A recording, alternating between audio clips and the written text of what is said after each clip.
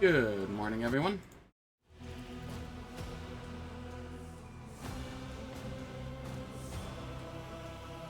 Fair warning, I am very tired as I am just waking up. My alarm didn't go off, or I slept through it, or something. Uh, and I woke up all of like 20 minutes ago. So, not exactly all here yet.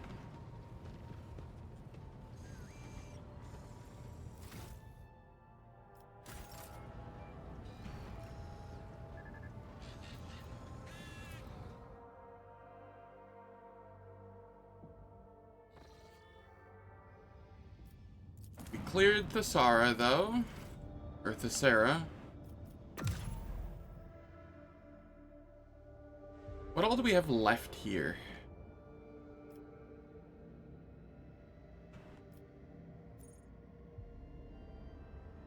Ah, gotta inform the prefect of the inspection outcome. Okay. And I don't really have anything over here still. I could go to the Imperium. I don't know exactly what that does. We have Heriokh's Rim Station.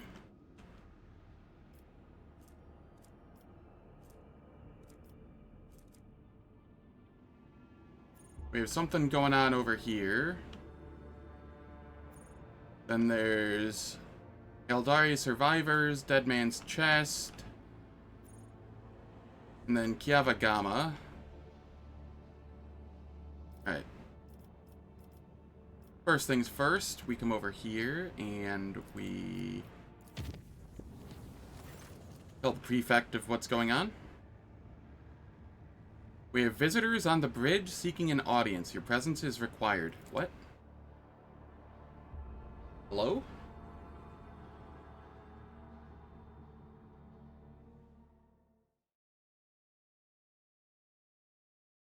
Who's on the bridge seeking an audience with me? Alright.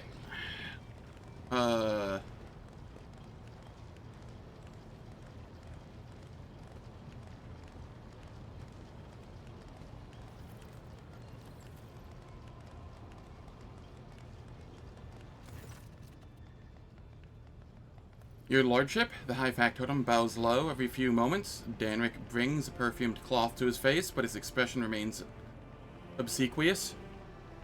Members of your crew have made a request to allow them to proclaim their most profound devotion to the Lord Captain personally.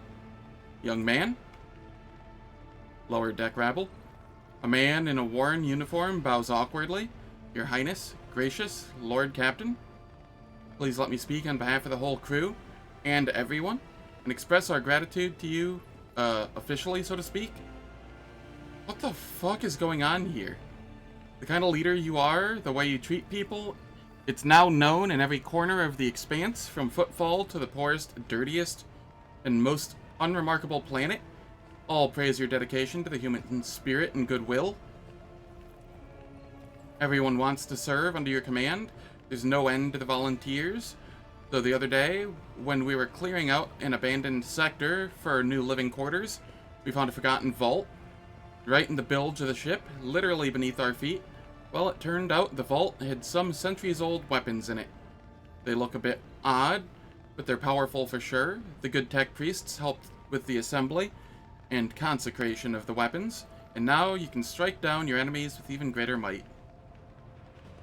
Your lordship, apart from the weapons, the crew has sent one more bind to the bridge as a token of its eternal gratitude, a most ancient mechanism, which our tech priests have dubbed the Celestium Observatorum.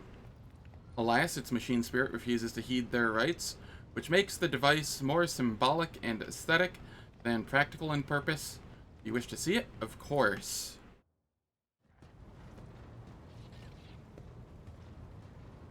What is this? I'm too tired for this shit. What's going on?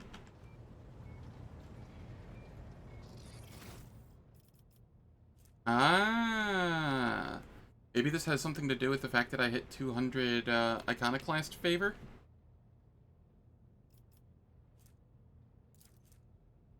which is kind of nice. I spend less momentum when using a heroic act.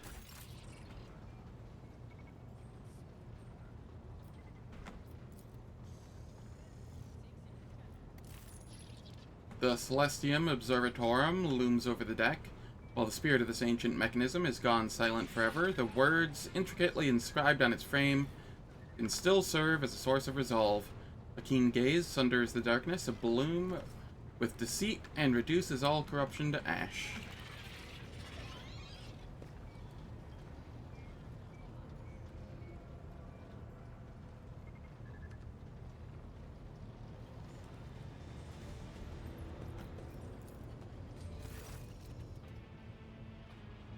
Alright, well, while I'm here, I'm gonna hand the Dargonis databank to it. With reverent trepidation, the tech priest accepts the device from your hands, places it inside one of the drives, all the while honoring the machine with modulating binary prayer. The turbines within the cogitator stir into motion, and the vid screen lights up.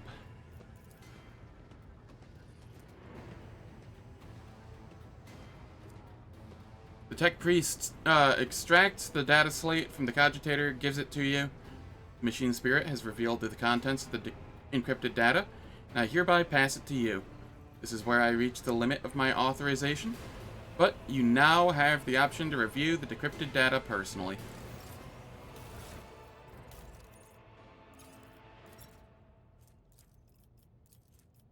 Rogue trader like a lackey, it is humiliating and dispiriting to put up with the part of an errand servant to an imperious madman vested with even greater power than that of any rogue trader.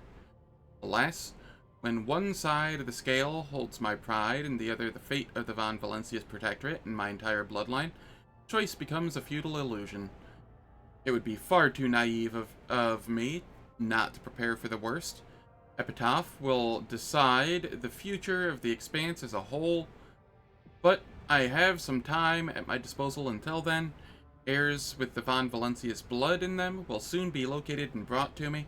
I cannot afford to delay the choice of a successor any longer.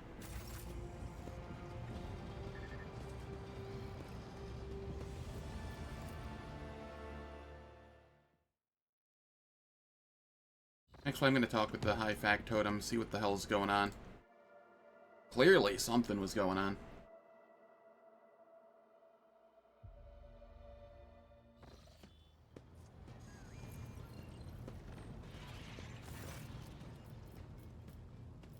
Nope, nothing. Okay.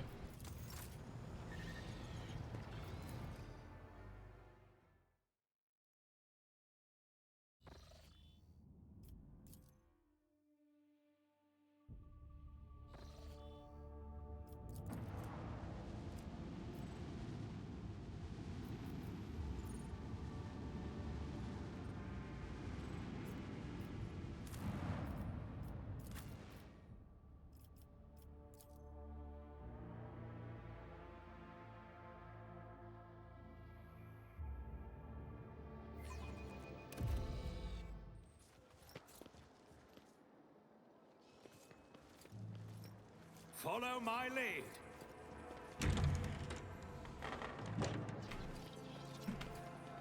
Alright. Ooh, new goods. Authorized the study of the special category item, Thesardium, Natural Psi Focus. There is a note in the margin that has been underlined twice. Evaluation required. Calculate value.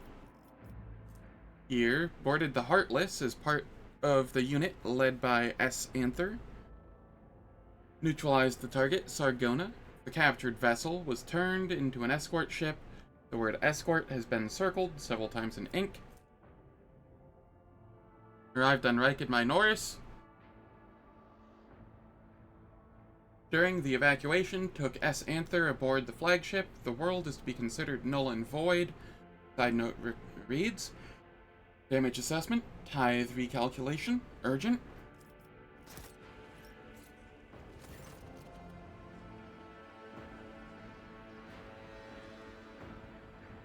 The shriveled, insect-like old woman greets you with a keen look. Welcome back to the Temple of Law and Order, your lordship. I've already been informed that you are here about Thessara. Prefect Vulture, nods to herself and snaps her brittle fingers, prompting a servo skull to flit closer, the creaking of its quill filling the air.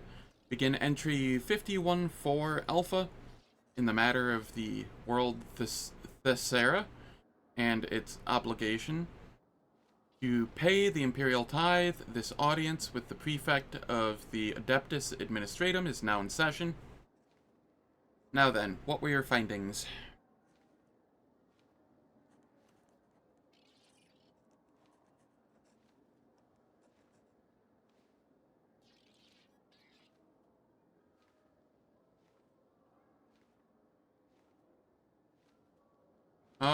A heretic had seized power on Thessara. I had him executed. I see. The old woman looks at you intently over her ocular lenses. This is regrettable news.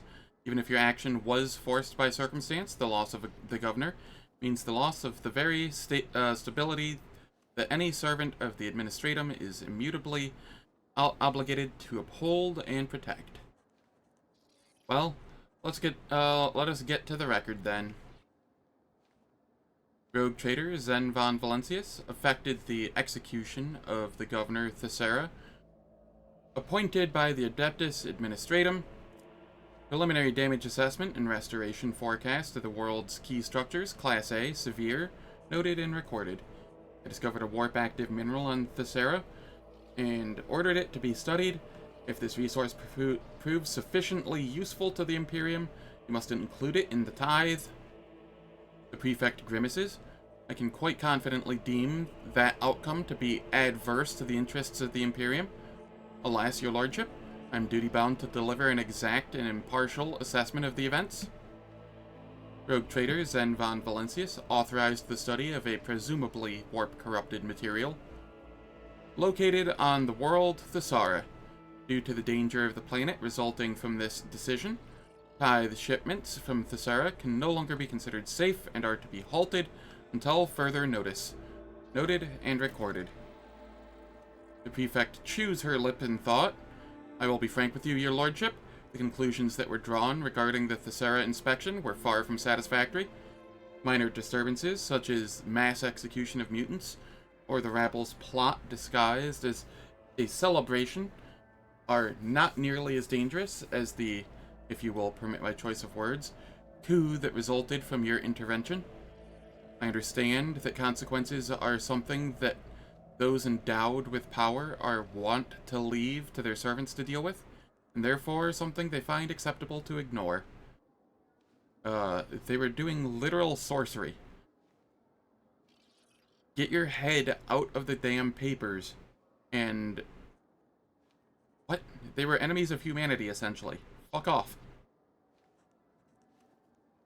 And Scribia's ocular lenses flash as she looks up from her scrolls. However, I hope my words may help you to revise your approach to executing the Imperium's will in the Cronus Expanse in the future.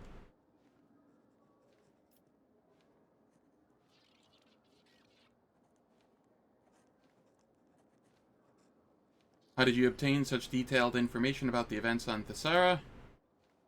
Duty dictates that the Adeptus Administratum officials always be adequately informed.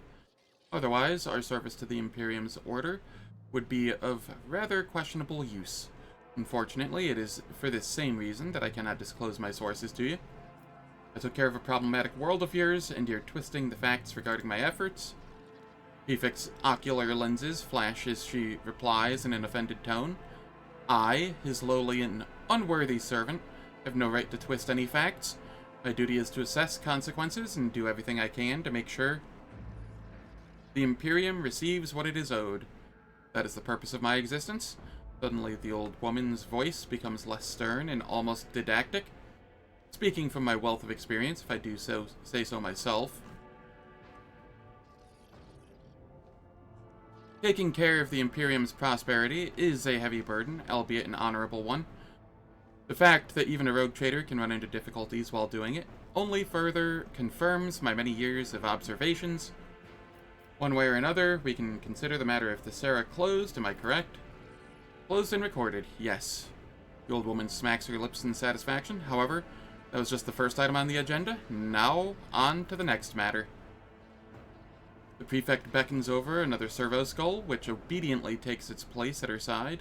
Begin entry 52-1 Sigma, competency assessment of Proctor Solomorne, Anther based on his performance during the mission on the world Thessara. You hear a painful metallic creak as Solomorne's augmented hand clenches into a fist. Competency assessment. Very well, Prefect. I am listening. Solomorne did nothing that could be considered a violation of the Lex. So as to avoid misunderstanding, allow me to clarify that I am not making any judgment, but rather gathering information at Marshal Strack's request. The Prefect turns to Solomorne. Proctor Anther, you will be evaluating your own conduct in this instance. For my part, I will merely state a few key points. Let us begin. How would you describe your performance, taking into account the following facts? You took part in the execution of an administratum appointee without its appropriate permission. You also allowed yourself to be captured, thus endangering your mission and imperiling the valuable equipment issued to you by the Adeptus Arbites. What is more, you sanctioned a tithe-related decision that carries adverse consequences for the Imperium.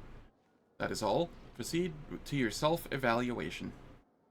Solomorne's heavy gaze is fixed upon the Prefect as he slowly forces the first words out of his jaws, as if they were turned to stone. I took every effort and was acting solely in the name of the Lex Imperialis. However, the outcome of the mission speaks for itself. My verdict is thus that my performance in the Thessara case was inadequate. Noted and recorded. The Prefect's immaculately polished ocular lenses bore into you once more. Now that the Thessara inspection report has been properly entered into the record, allow me, on behalf of the Adeptus Administratum, to officially extend our gratitude to you for the support you provided us. May the Von Valencius name be forever praised, and may the Emperor protect your dynasty for many generations to come. That said, I must now request your assistance in a different capacity. A number of highly important court cases have accumulated at the Palace of Justice, the kind that require formal resolutions by the rogue trader himself.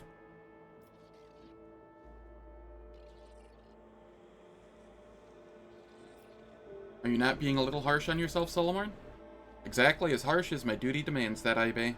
An arbitrator has no right to mistakes or weaknesses. Our mission is much too important. Proctor's voice sounds firm but detached, as if his mind is wandering far away. What is the Palace of Justice? It is a temple of the law erected by your ancestors. Some cases could only be settled by heads of the dynasty, but since their time was occupied by other important duties, a facility was built for storing especially complex cases. At certain point, servants of the Administratum were permitted to use the Palace of Justice for hearing disputes. Then, in Lady Theodora's time, the Arbites became part of the legal procedure as well. That is the Administratum's. How will the trial proceed?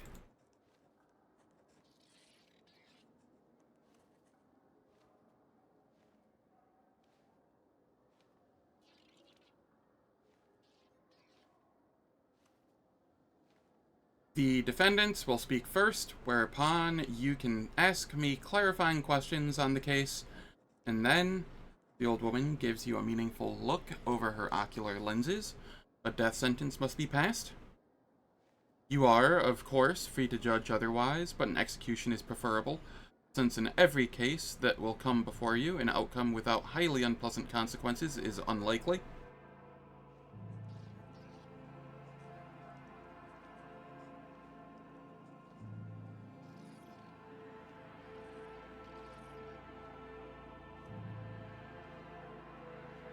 Executions reduce the number of malcontents and motivate prospective defendants to solve their problems before they come under the purview of a rogue trader's court. One of the rogue trader's many duties is to mete out justice. I agree. I have relegated my current tasks in advance, and thus am ready to escort you to the Palace of Justice immediately. Please follow me.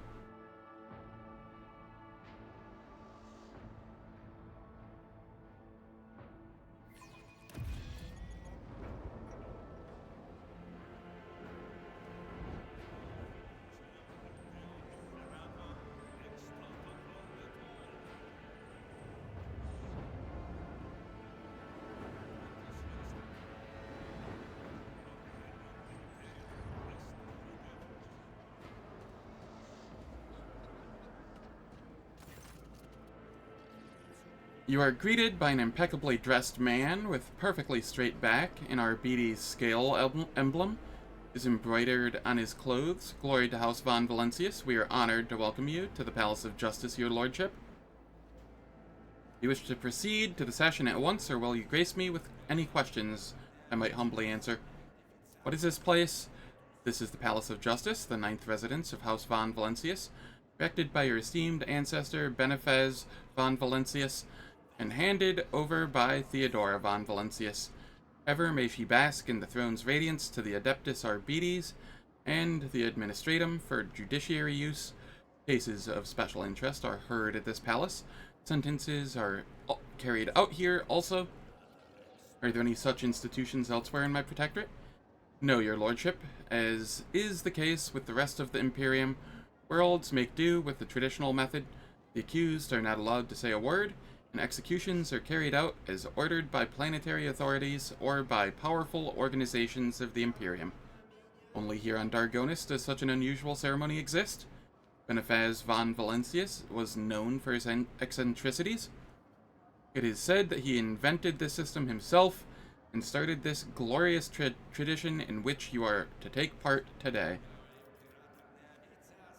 What kind of cases are usually heard here? Only the most important ones that involve the interests of the highest-born persons and prominent factions of the Imperium. Disputes between noble houses that go on for generations. Conflicts between the God Emperor's servants who are vested with authority and whose disagreements affect trade and security in the Protectorate, and other litigations of supreme significance. The cases litigated at the Palace of Justice quite literally concern matters of life and death. In such instances, there is always a guilty party whose lies, connivances, or negligence have caused damage to the Protectorate. The task of the judge is to establish guilt and pass a stern sentence, as order cannot be imposed without these, or without summary executions. Let us begin. Please follow me. Inscribia Voltur's dreary vox-amplified voice carries across the hall. Court will now hear Case DP 1453/2, the doleful host against the Astropathic Choir of Dargonis. Representatives for the parties will present their arguments following standard procedure. Sister Juth, a woman with lines of scripture all over her skin, folds her arms into an aquila. My name is Sister Juth, and I represent the doleful host. O God Emperor's Anointed One, we came upon a group of heretics whose minds brimmed with the most shameless thoughts. We captured them and tortured them as befits their transgressions. From what we were able to discern from their wailing and screaming, the head of the Astropathic Choir is plotting to betray House von Valancius. No one is a liar. When flame is caressing their flesh, the doleful host surrounded the choir building and demanded that the heretic be handed over. It was solely out of respect for the Anointed One that we refrained from burning down the wayward heretic's den on the spot. However, say but the word, and we shall take him, that he may undergo a righteous cleansing. The arguments are acknowledged and shall be weighed on the scales of justice. The representative will retreat to the Chapel of Patience and await the verdict. A gaunt man, dressed in Astropath's robes, is standing tall, but his voice trembles with fury. I am Master Angelio. I represent the Dargonis Astropathic Choir. These insidious and ignorant people are passing off their victims' ravings as truth. Your lordship, people will say anything under torture just to make the agony stop. We have served House von Valentius faithfully for decades. Master Praz, the longest of all, please order them to stand down. Master of the court repeats the same monotonous formula, bidding the other representative to leave the courtroom. I would like to hear out the parties. They've already said what they want to say. Why are they putting things on the scales? The scales of justice are a sacred relic installed as a testament to the alliance between the von Valentius dynasty on one side and the Adeptus Arbites and the Administratum on the other. Legends say ancient machine spirits dwell within the relic. The scales of justice are only used on extraordinary occasions when an intervention from the rogue trader is necessary. The ceremony dictates that items symbolizing the party's arguments be placed on the scales, and once a verdict is announced, the machine spirits weigh the decision made and how either affirmation or rejection through the position of the scales. However, there has never been an occurrence where the rogue trader and the spirits of the scales were divided on the verdict. It is highly unlikely that such an artifact actually exists. Judging by the design of the device, it is nothing more than a set of regular, albeit enormous and masterfully crafted weight scales devoid of machine spirits of any kind. Someone must be secretly manipulating the plates in order to add greater profoundness to the rogue trader's verdict.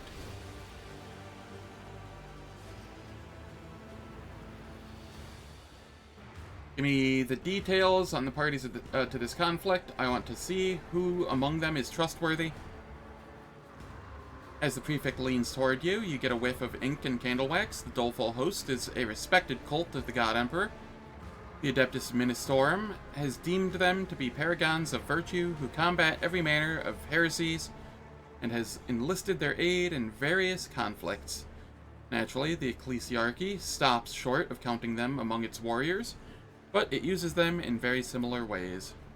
The Astropathic Choir hardly needs an introduction. They are some of the most valuable servants of the Imperium, without whom any and all communication between your worlds would collapse. The Dargonis Choir took horrific casualties in the recent major warp storm. Master Prass made an enormous effort to at least partially restore communication. While we may not have proof of his innocence, Prass's dedication to his duty is beyond doubt. The old woman locks her shriveled fingers together. As you can see, this is an intricate situation. Recall a crucial nuance that has, on numerous occasions, protected the nobility from zealots looking to dispense arbitrary justice. The Ecclesiarchy is forbidden from outfitting its own army. It should be easy to declare the host to be in violation of this covenant, and as a pretty bonus, seize all their property afterward. Solely as a lesson in humility, of course.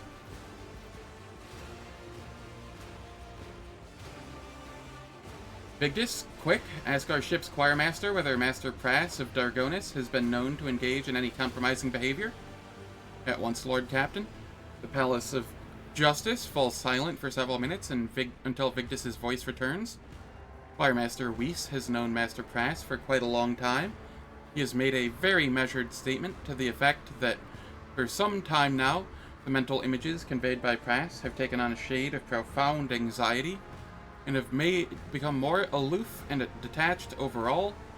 Zachary Weiss attributes this to Prass's horrific experience during the warp storm, but he is less than completely sure, as there is still something that sets the Dargonis Choirmaster messages apart from those of his fellow survivors. I want to hear my retinue's opinions. Lord Captain, without a Choirmaster, the power of Dargonis' astropaths would be significantly diminished. Unless a worthy replacement is found for Master Prass, he cannot be executed. There is a Chorda world that owes us an old debt, which will be repaid with a seasoned astropath.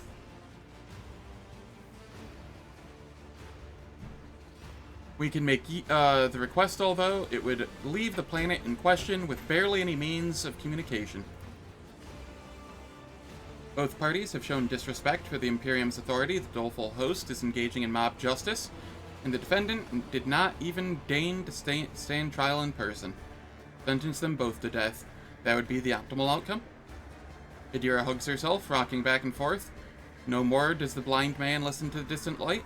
Concealed behind the false gold, abomination lies at his heart, and it's burning, burning, burning. The Psyker's entire body shudders.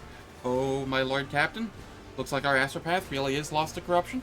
I swear he's hiding something under that robe of his, either an amulet or some unholy mark, and those rabid zealots are going to find it on him, alive or dead. But the little voices are laughing, saying you may kill the traitor, but don't expect any good to come of it.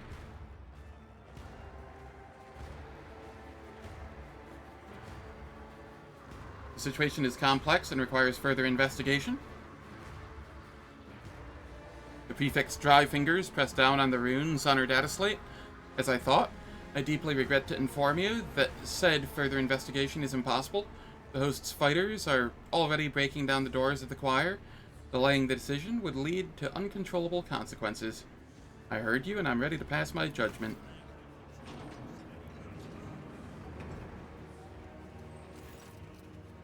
As you wish, your lordship. Who is to face the death penalty?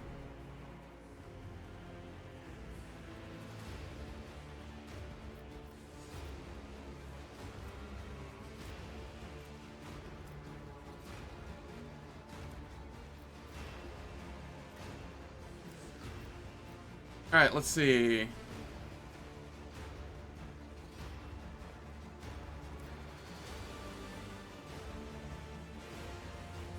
I agree with Solomorne. Both parties to the case are guilty. Execute them.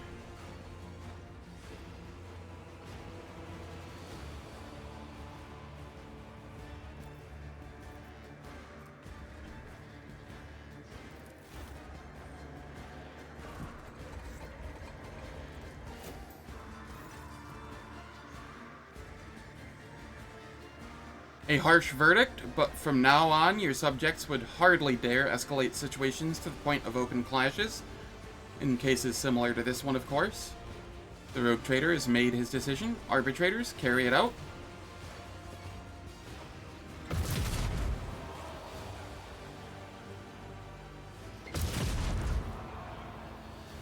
How did that first blast not hit them both?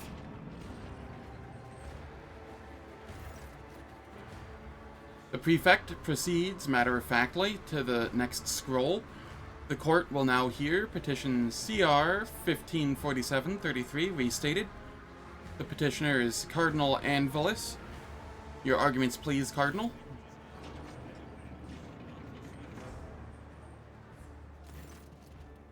A gaunt man raises his bloodshot eyes at you. For a moment, all sounds cease, even the scratching of the countless servo skulls quills. The man's gaze is full of pain, so strong and undiluted that your breath seizes in your throat. I am impure, O Emperor's Anointed One. I'm beset by impure thoughts, but no one believes my confessions. I have been giving away the treasures I possess, only for people to bring me more. Worse still is the knowledge that I am leading people astray. They look at me and believe a state of perfect grace is attainable, while I am very tired. The Cardinal blinks away a tear and continues. But most terrible of all is that my brethren, the preachers of the Coronis Expanse, see me as a holy man. Their delusion has been so persistent that they sent a petition to Holy Terra asking that I be made a saint. That was when I became firm in my decision to submit to torture in front of my congregation, thus reminding them that no holiness exists unless bestowed as a gift by the God Emperor. Even clerics of my rank can and must repent, thus becoming more pure every day. Please allow me to undergo mortal torture in his name in front of my parishioners. Am I hearing this correctly? The Cardinal is asking to be tortured to death for his wickedness. That is correct. In addition, he insists on your subjects bearing witness to it as lesson to them, so to speak. To refuse a cardinal is impious in itself, but to execute one who is a saint in all but name... I failed a persuasion test. How? You realize that the cardinal himself is somehow to blame for what happened, but your conjectures are stubbornly failing to crystallize into clear, compelling verdict. What does my retinue have to say? Wise counsel is required here, and it is not to be found within these walls. Reverend Hieronymus would understand the workings of the cardinal's soul, and trust him to the good shepherd of the Drusians. According to the Lex Imperialis, a candidate saint may personally challenge their sainting by petitioning the ecclesiarch on Holy Terra. Sidestepping the head of the imperial cult is a violation of the Emperor's law. Since astropathic communication with the rest of the Imperium has been disrupted, I propose to put Cardinal Anvilus on a ship that crosses the Maw, so that he can submit his request with every formality observed. But Solomorne, the Maw is closed. That does nothing to diminish the stipulations of the Lex Imperialis. Besides, following the letter of the law absolves you of the necessity of tainting your hands with the blood of a potential saint. Either the cardinal will cross the Maw, thus providing his sainthood, or he will perish if the Emperor wills it. As you can see, the Lex Imperialis has all the answers. Ready to pass my judgment?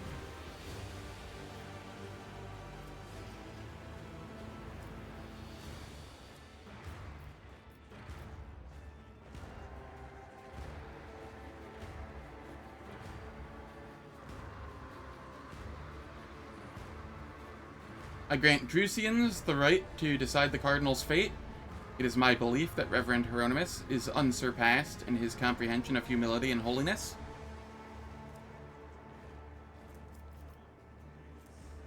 I could get more security, but I want the Drusian favor.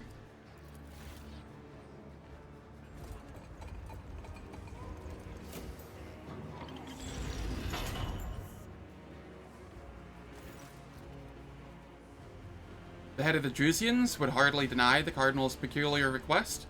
However, the matter will be outside our jurisdiction at that point, and Reverend Hieronymus will appreciate your high trust in him when it comes to questions of faith.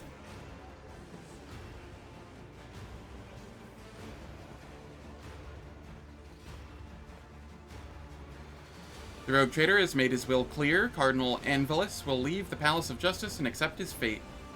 Let us move on to the last case for today. The court will now hear case DP 1646-7, Lady Mollis Secundus, against the late Lord Mollis. Lord Mollis being deceased, he will be represented by his progeny, Agartha and Silas Mollis. I'm not going to try and pronounce that with the J. I'm just going to pretend the J is silent. Representatives for the parties will present their arguments following standard procedure. Your Lordship, I am Lady Mollis Secundus. Only 8 cycles ago, a man broke into my house, posing as my husband, the late Lord Mollis. Contrary to what I know, he denies that he was killed by pirates. Instead, he purportedly survived thanks to the God Emperor's providence.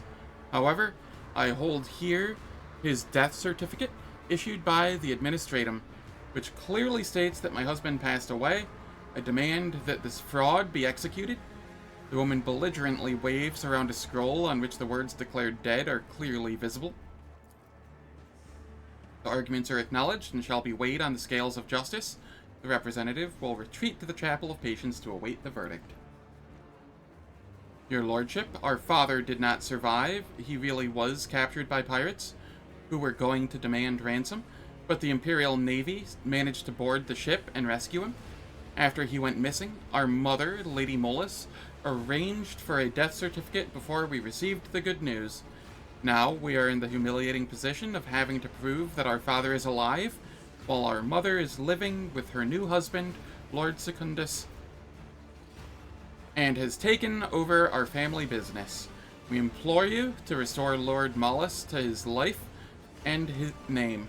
He is humbly awaiting your decision in the Chapel of Patience.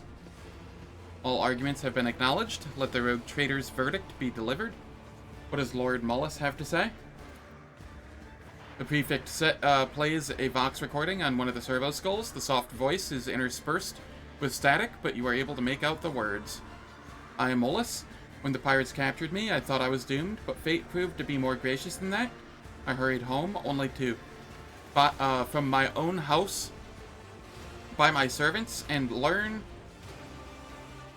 that Lady Mullis had already had me declared dead and married Lord Secundus. She'd also taken control of our everything. Agartha and Silas have recognized me. I'm losing my mind. What does the Mullis family do? The Mullis family manufactures nutritional rations. They supply the Astra Militarum, as well as worlds that have no food production of their own. With the Lord at the helm, they covered the needs of 3 regiments and 5 worlds. Now it is 5 regiments and 12 worlds. One might say Lady Mullis Secundus has done much better than her husband did. Lady Mullis Secundus' talents are self-evident. She could easily boost production on any planet. What might be called her promotion under the guise of punishment would bring tangible benefits. You just so happen to think of several backwater worlds that have good potential but lack the capable stewardship to match it. Let my retinue speak. This is a complicated situation, but Lady Mullis Secundus was acting in the Imperium's interests. She had shouldered the duty of care for the family business and was in no position to wallow in her grief for cycles upon cycles. Cassia throws back her shoulders and says in a dignified voice, marriage between people of noble birth is a union of 2 servants of the Emperor. Duty toward the Imperium is at the heart of that union. If there comes a long period of time when one of the spouses is unable to fulfill their obligations, the marriage loses its meaning. If you could codify this understanding into law, that would help resolve the situation. If Lady Mullis Secundus is right, then her children are the impostor's accomplices and are guilty of defaming the authenticity of the administratum documents. Now, Solomorne has enough sang-froid in him for a regiment. Let the woman know that her heirs must face the same fate as the criminal, for so stipulates the Imperium's law.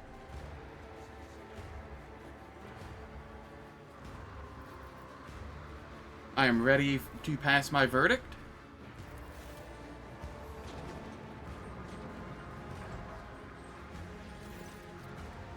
All be silent. What is your decision, your lordship?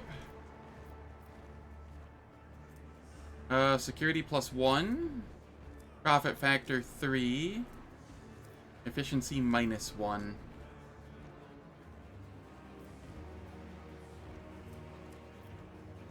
I hereby sentence Lady Mullis Secundus to a duty of exploration and development of the Protectorate's fringe worlds. Give her everything she needs to conduct her business. I will expect her results to be impressive, as she has been found guilty. Lord Mullis is to be deemed alive. Give me that profit factor.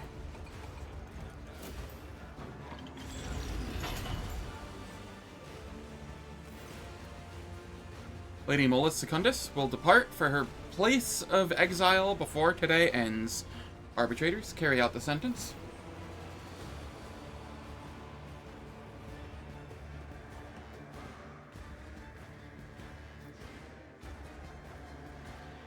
As the last attendants leave the courtroom, the prefect turns to you with a delighted expression. Lady Theodora held court sessions like this to strengthen her subjects' faith in the Lex Imperialis and their fear of breaching it.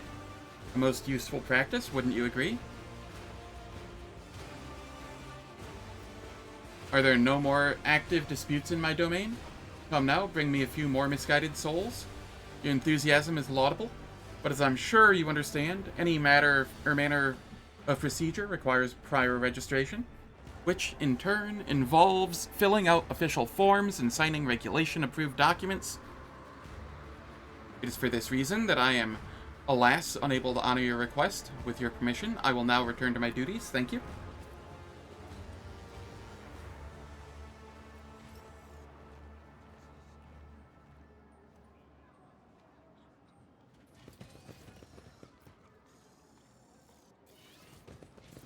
We have goods here. We can fix the cogitator. Excellence matters. The cogitator is filled with data on the workings of the Palace of Justice, listing things such as the names of servants and details of executions. The number of people entering the building is always greater than that of those leaving it.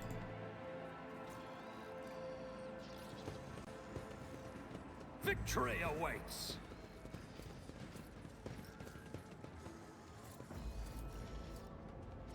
The might of the Imperium's justice in the form of a massive melta weapon. The roaring torrent of flame it generates leaves criminals without a single chance.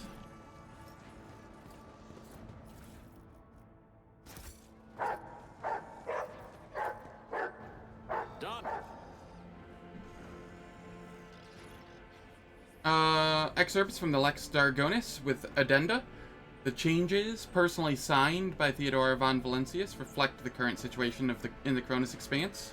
I won't tolerate weakness.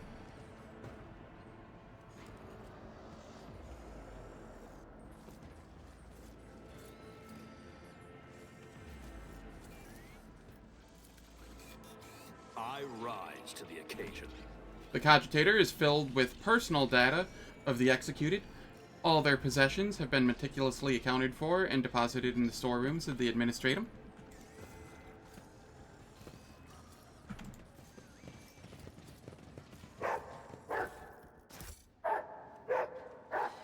Plato, please. I'll lay claim to the stars.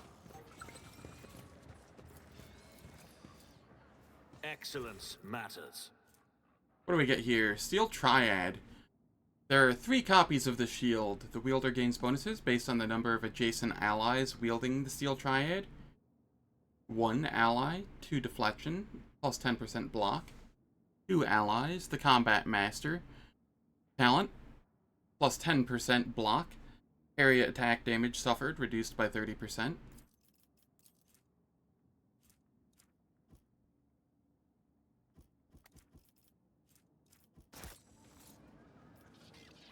Rogue trader? Solomorne, you can have that as your secondary shield.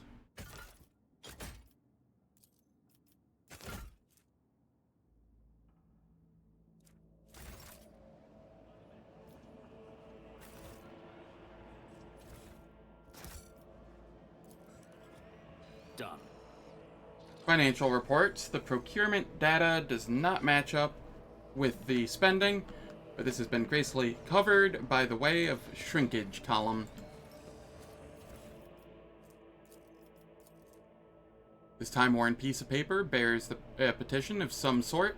He managed to make out only a fragment. Then he treacherously intruded upon the ancestral territories of House Gaprak and wrought destruction therein. The list of damages is headed by, but not limited to, 3 servitors of ancient make, 5 armored vehicles, and 10 cogitators whose machine spirits are beyond recovery. Consequently, we demand that House Sarbeck be penalized for an amount thrisely covering the damage inflicted. In support of our accusation, we provide the following. A new challenge for me.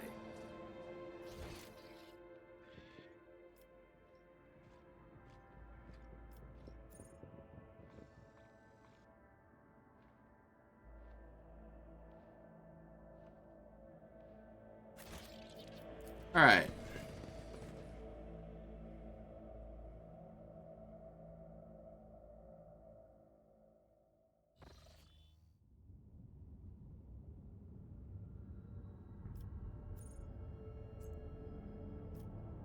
That seems to be everything there.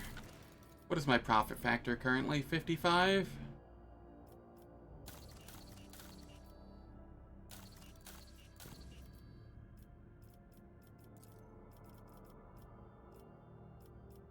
Dargonis. You are still at 0 security. Gross. Sorted goods. What can I get here? It costs 4 people. I would get Fellowship of the Void. I'd get the Zealot. And weapons, what about this?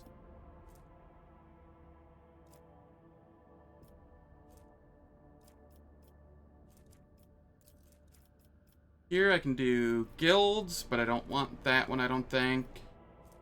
It does give a lot of mechanisms, though. And mechanisms are useful, and I don't have any. This gives Imperial Navy favor, though. And some decent boots.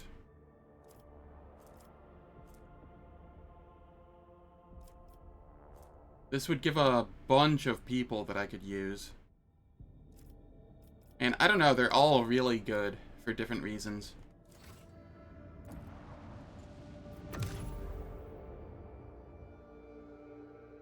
I feel like I'll probably get mechanisms once I have Kiavagama, but...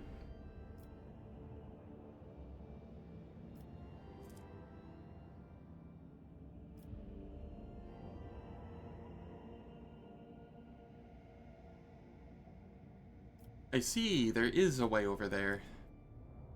That's fine, I will make my own way over there as well. I have plenty of navigator's insight.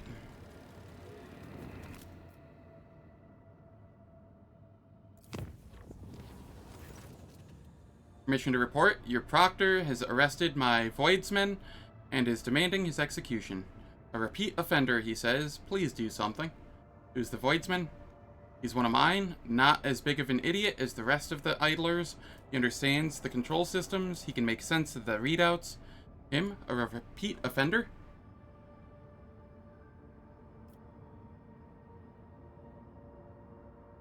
Bring the detained man to me immediately. I will personally interrogate him. Consider it done, Lord Captain.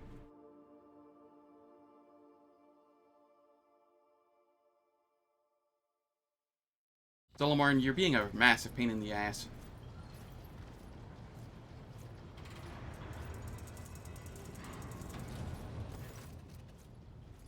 Lord Captain, I beg you to look into this outrage. This cyber horror nearly chewed up my assistants, and one of them has been left without two of his fingers.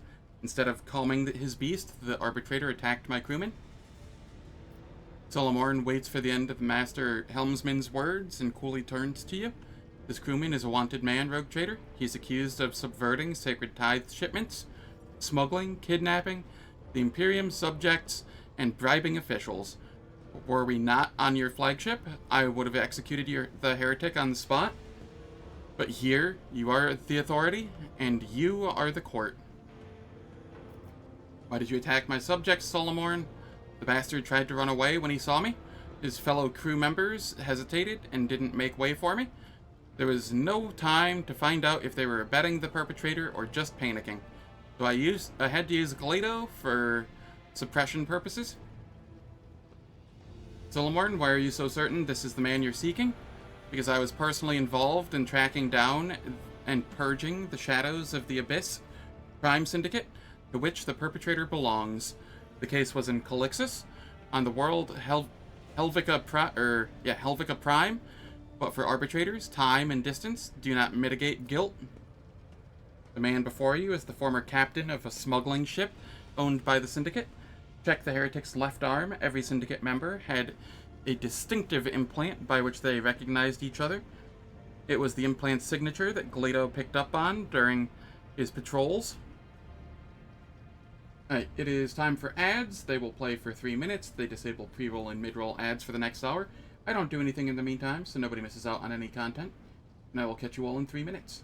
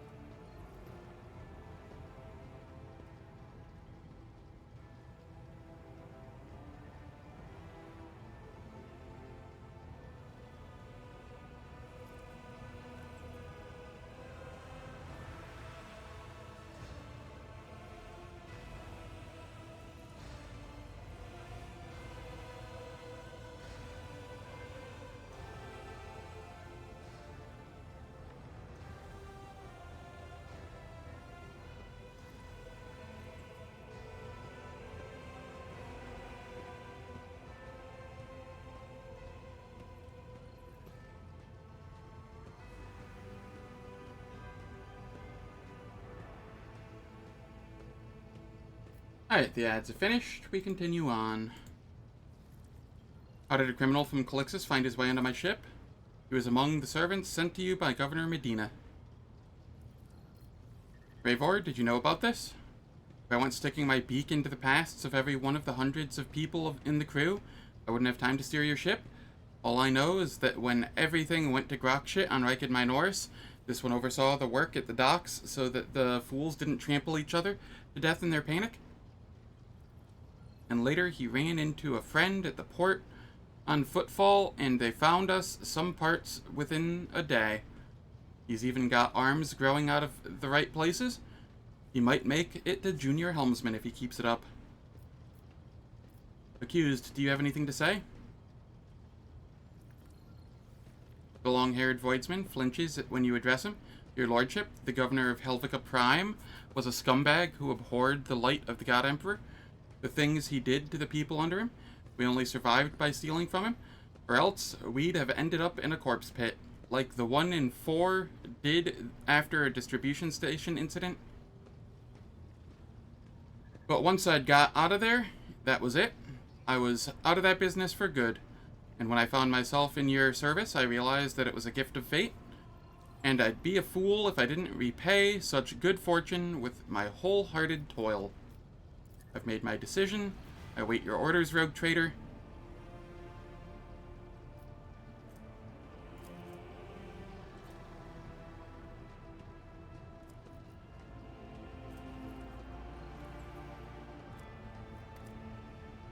The Master Helmsman shoots a look of naked dislike at Solomorne. I'm gonna grab this. It gives me a 15% discount on repairing the void ship. Ravor, this talented voidsman is your responsibility. Should he commit any misdeeds, henceforth, you will have to answer for them. Yes, Lord Captain. Ravor's disgruntled grimace momentarily dissipates. Then the case is closed. With your permission, I will return to my duties.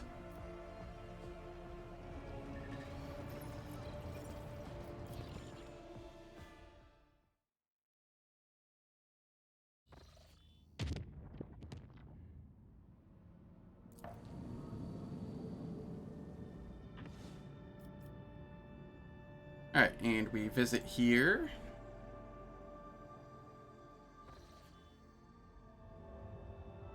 Ooh, do I get a ship combat? I haven't had one of those in forever.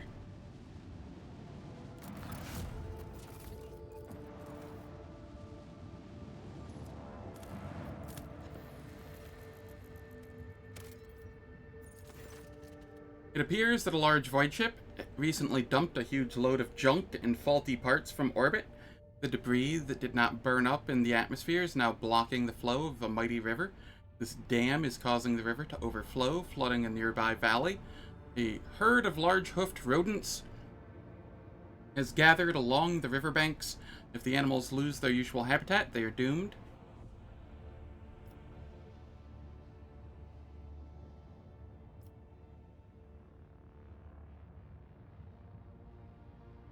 The Lord Captain orders the removal of the space debris from the riverbed. It is a long and laborious process, but the animals will have a chance to survive. It takes many planetary turns and hundreds of crew members to remove the heap of trash and unclog the river, letting the waters flow freely once more. The rodents run back to their pastures without so much as a backward glance to the people who saved them.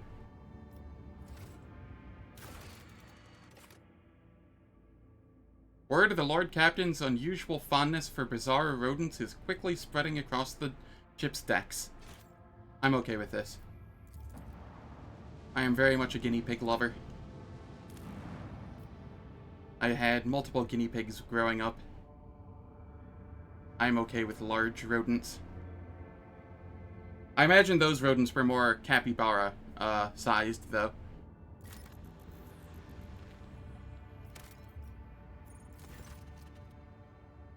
Another burning world.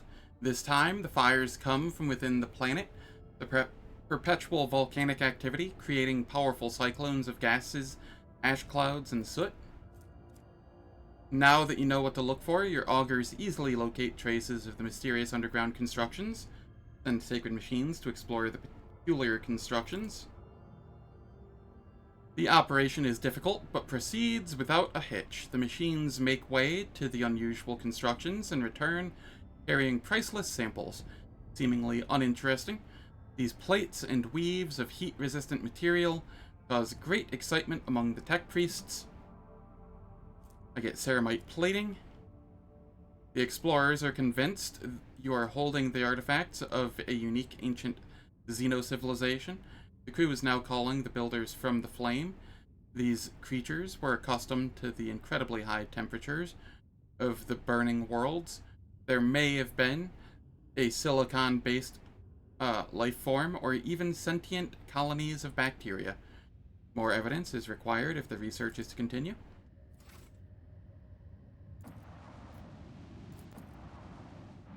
Come here, pirates.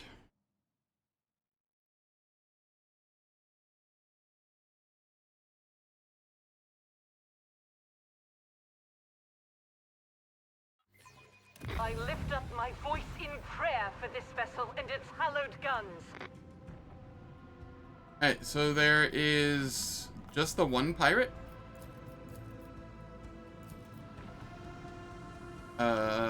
Okay.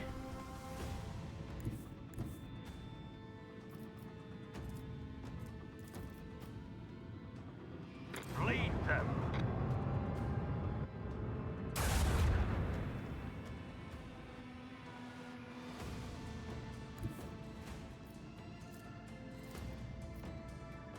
This one's going down.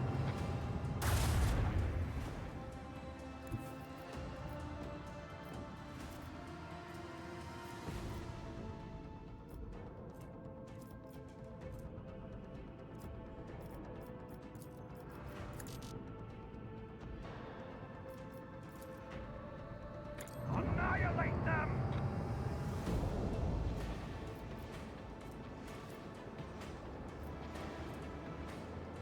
Alright, I will reinforce shields on my left side.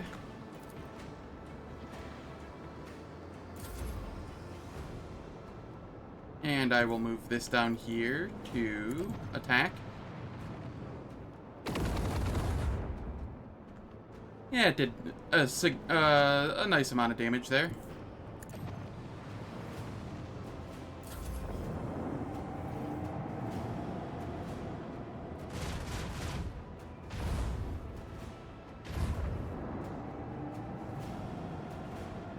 Aw, they're trying to run away now.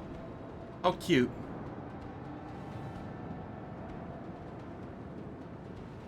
Heartless, annihilate them. Their shield, Lord Captain.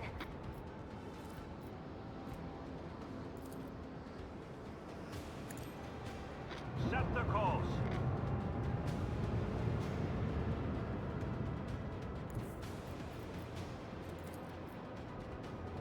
Fire the lance batteries.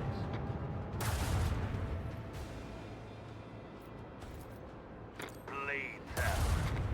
Where we tread the unfaithful. Well, that was a very, dynasties, Lord Captain. a very sad space combat. It was so free.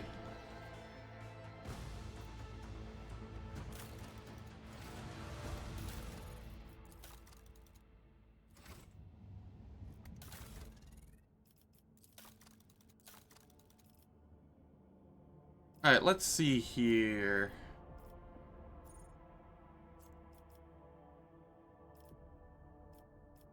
I'm just making sure there's nothing nobody I can put in these slots that's better. Oh, I don't have a warp channeler at all. Why not? There we go. Oh, I can upgrade these?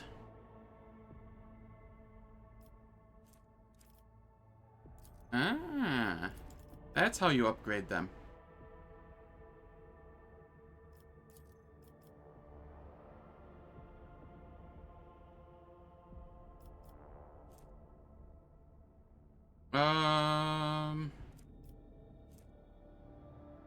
While moving, the flagship may make its next turn at 90 degrees instead of the usual 45. Okay, so it reduces the cooldown by by 1 max. I can do that.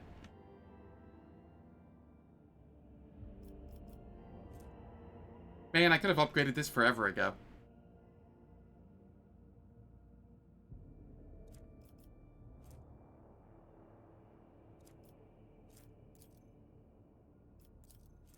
And this one can't even be upgraded? Or it can, but not by 3 extra range instead of 2? Ah, she has the vulnerability scan. So I need to grab that first.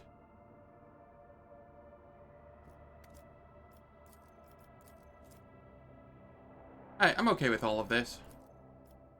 So I just need to...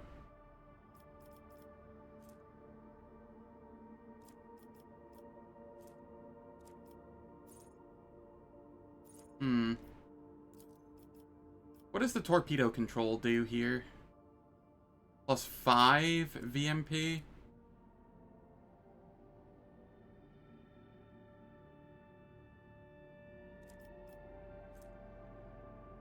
And can be used the same turn that the torpedoes are launched? Okay, yeah, you're gonna be the Master Cannoneer.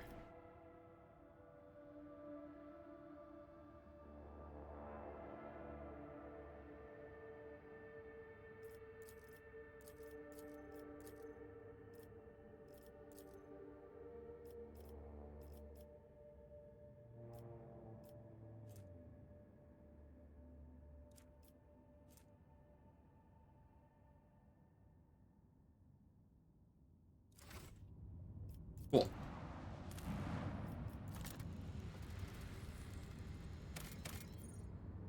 Promethium. I have plenty of Promethium at the moment.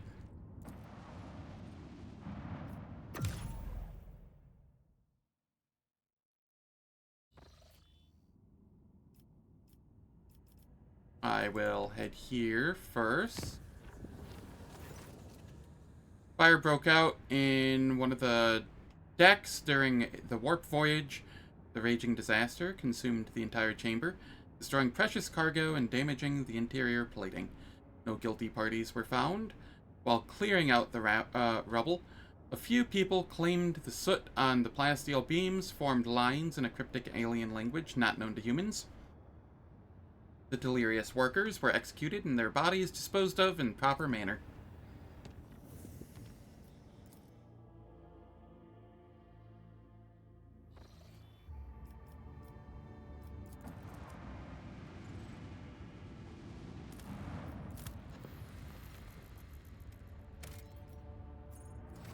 To Phlogiston.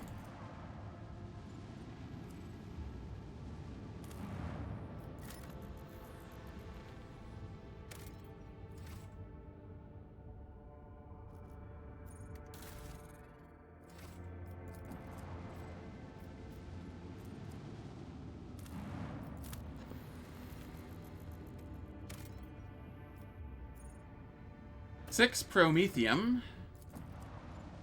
But I'm not in need of Promethium at the moment.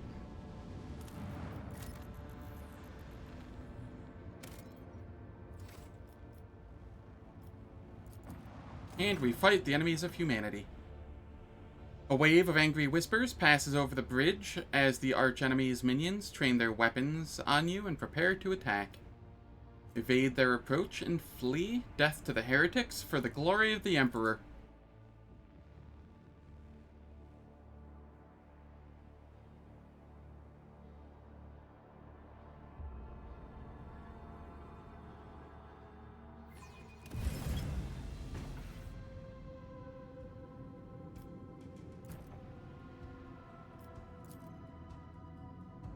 Alright, let's see here. Murder class cruiser.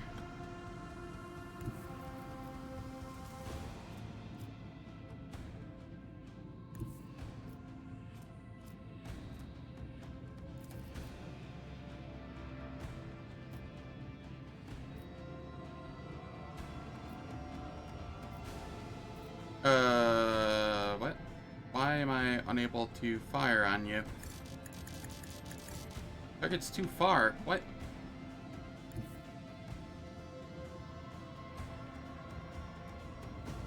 I am slightly worried about all of this.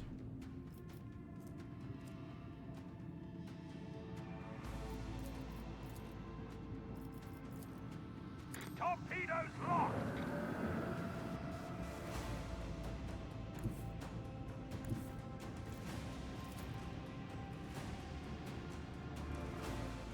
This one's going down.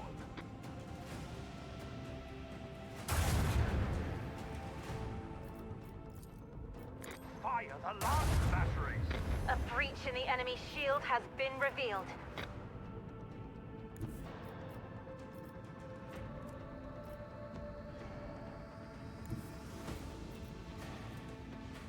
Alright, and then I can Arc Augury here, which should allow me to hit. Fire right now!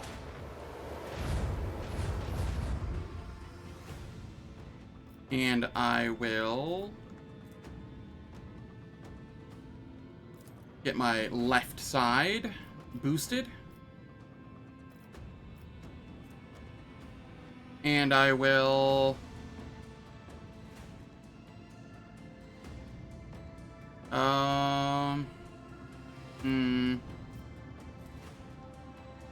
using this won't do much here. One sec, I gotta blow my nose.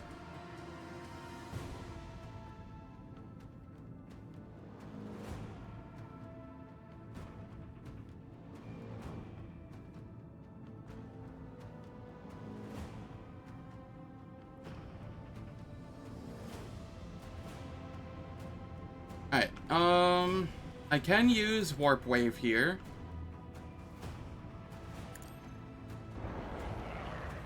Make it turn around. So it can't hit us as easily.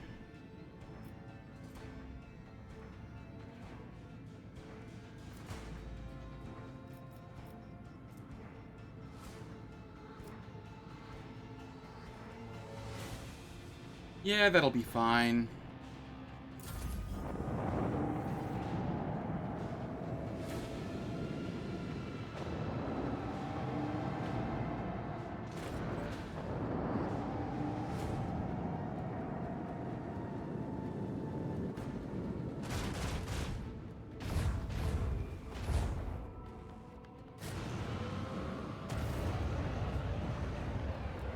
Oh god, what the shit?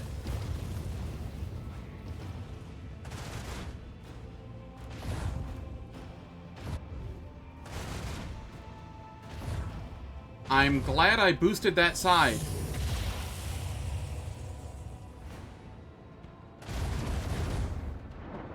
Yikes.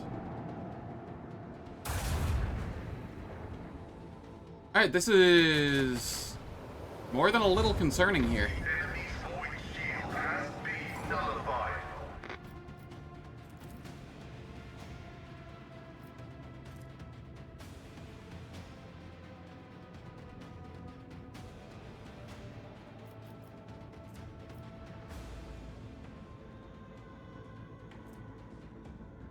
Internal fires.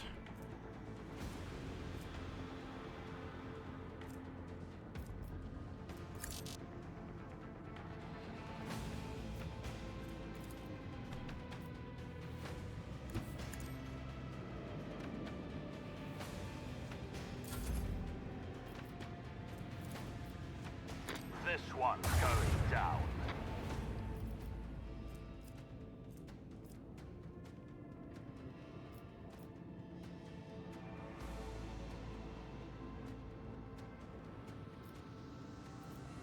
I will use Corpuscari Chant here.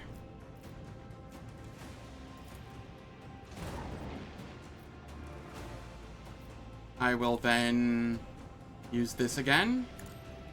For the glory of the Imperium!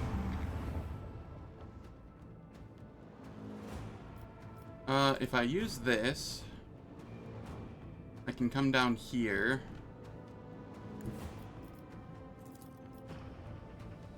Bleed them!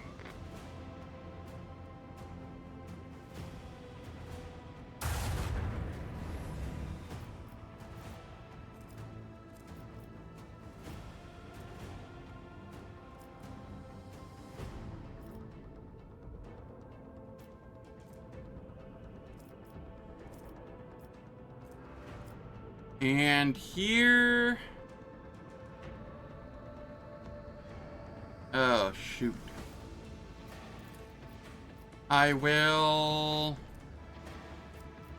boost my front, I suppose.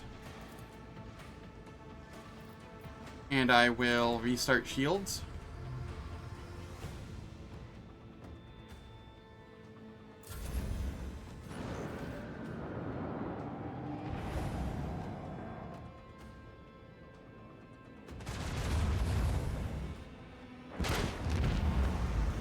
I mean, okay.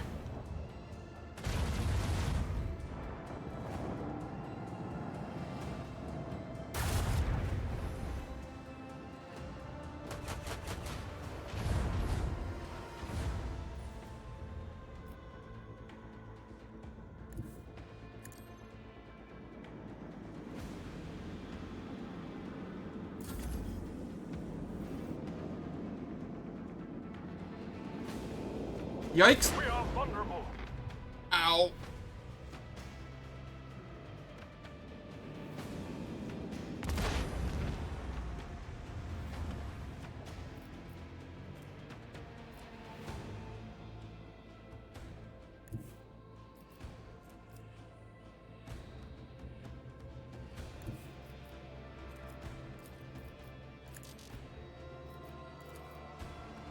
Onward.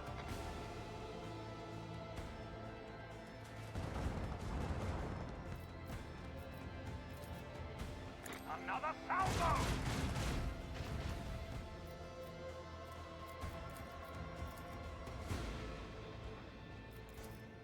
Annihilate. Lay in the course. Alright, here we will go for our backside.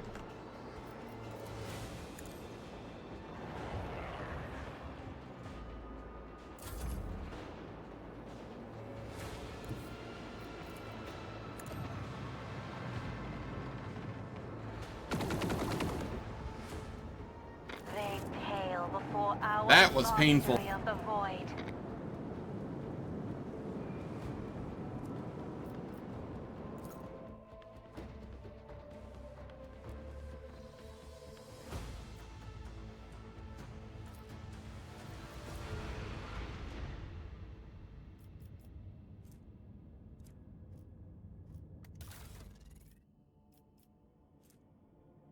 Do I want this low acceleration in braking? No. I like strong acceleration in braking. Thank you.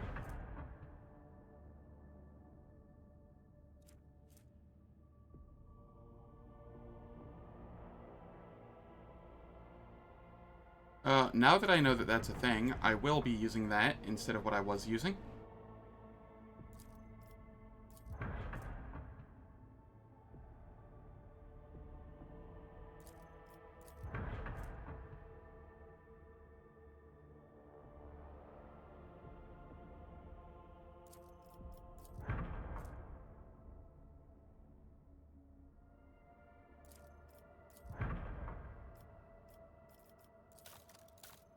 Posts. Here, I can upgrade this. What is my scrap at? Yeah, this will be fine.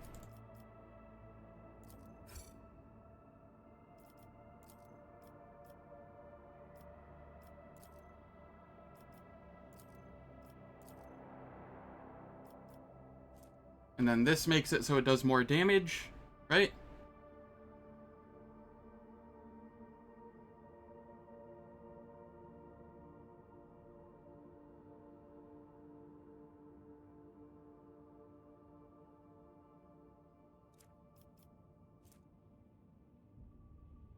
Yes. I'm okay with that.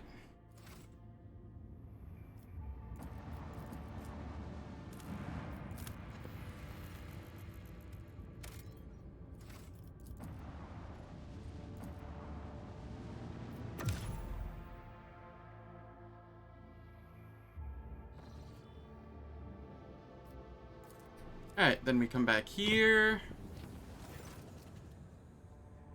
The duty officer reported an incident in the shuttle repair bay. A security team was dispatched in response to a distress signal. But when they arrived, they discovered that the shuttle repair crew had doubled in number. Somehow, every crew member now had an identical twin, but each assured the Enforcer that they were the real one. The Enforcers immediately opened fire, killing everyone in the bay. The duty officer awarded the squad a commendation for their vigilance and efficiency.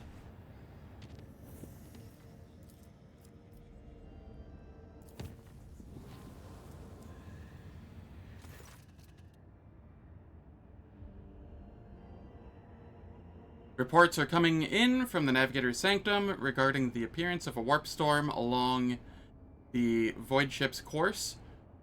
The ship can go around the perilous region, but the ceremonious Vox casts from the Sanctum are tinged with strange inflections, as if, for some reason, the Navigator desperately wants to approach the raging warp elements. Avoid the dangerous region.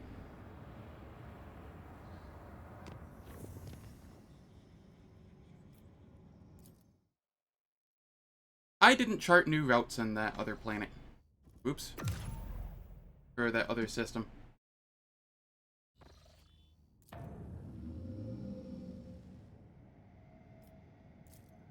I'm going to head over there real quick and chart the routes. Oh, god damn it, yeah, why? Lord Captain, I humbly request an audience with you. Proctor Anther is interfering with the crew and demanding to see all of the archival records of fugitive criminals we have ever received from the Imperial Navy. Matter is urgent, if you please. I will meet with both of you immediately.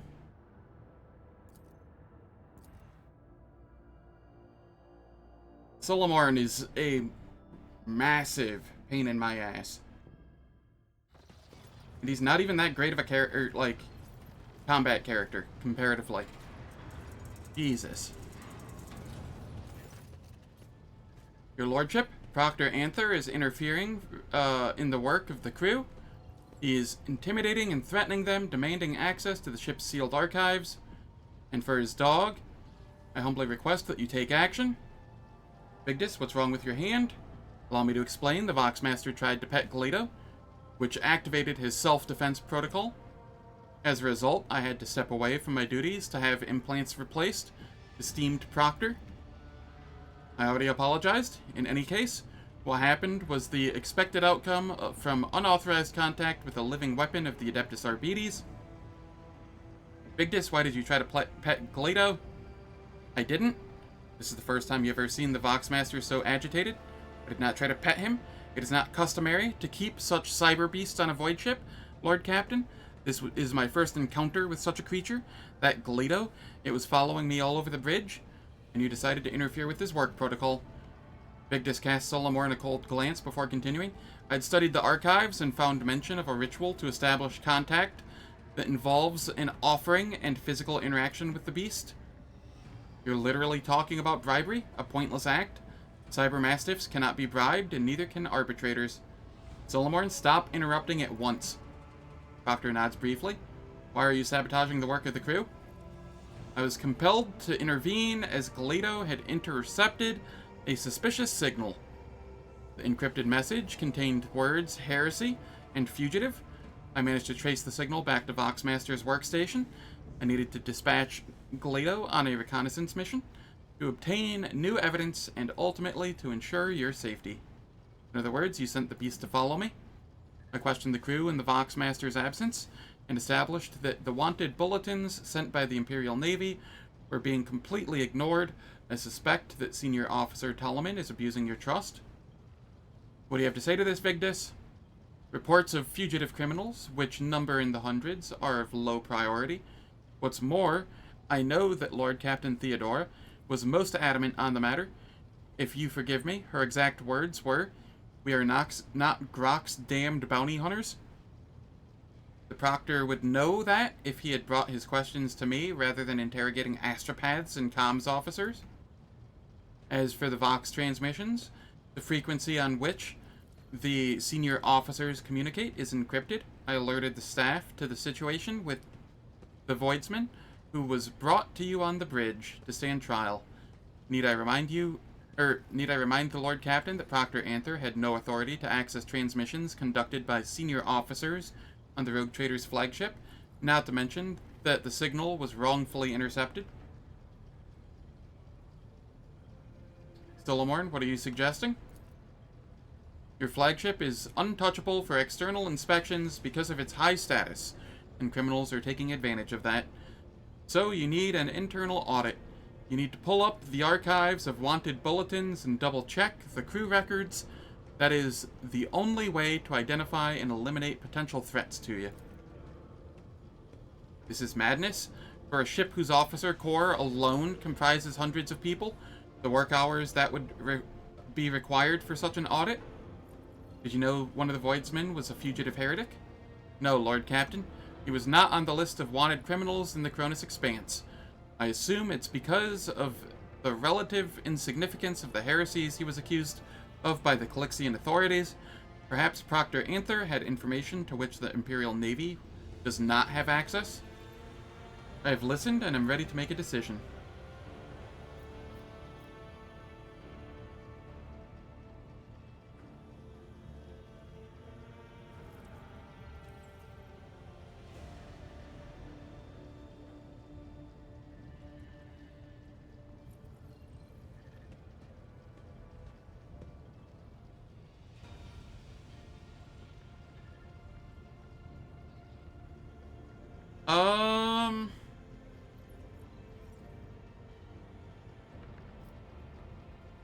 Solomorne, you'll be granted access to the archives and lead an audit of my crew. Maybe that'll keep him busy for a while. I mean, he'll likely still cause issues, but jeez.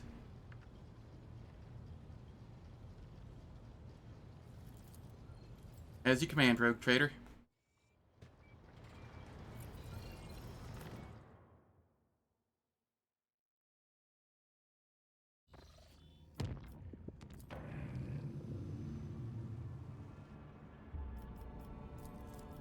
Alright, and then back here. The warp jump passed without incident for everyone except the crew members on bridge duty for the duration of the voyage. They heard laughter. It seemed to come from outside.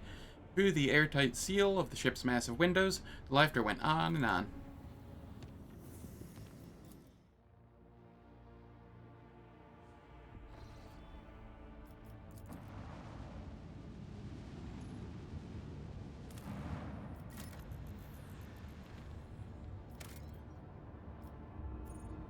Inquisition Shipwreck.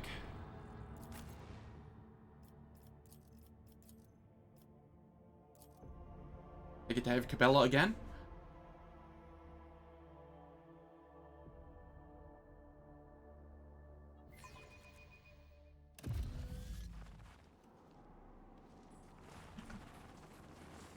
None shall stand in my way.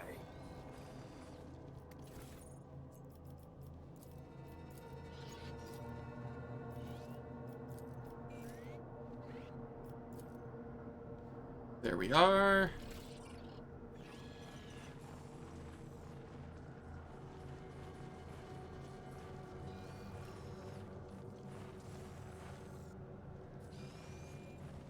This place doesn't look heretical at all.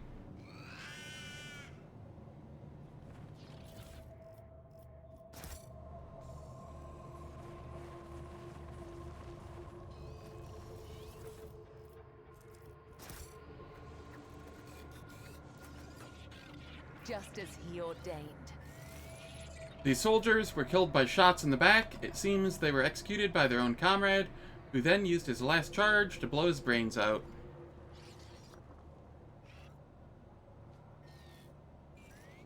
It's about time.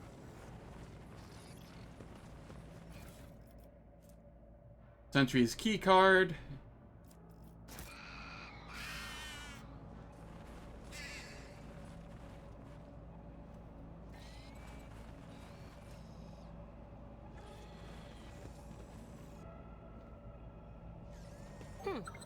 Would you look at that?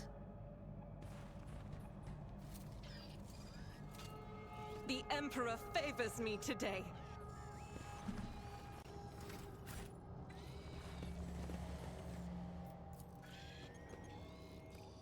There's a gaping hole in each corpse's head. They were brought out one at a time and shot from behind at point blank range. I won't tolerate weakness. We jump, Compared to naval service, that was barely a challenge. and we jump back, Nothing's impossible for this old officer. and then we go again. We just wanted the XP.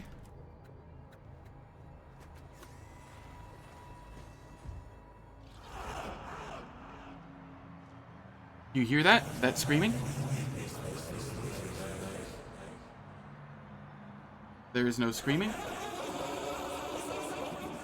No, I hear it too. Oh, Emperor, his screams are so loud. Me too, it's so loud. Please stop this torment. Why are you torturing us?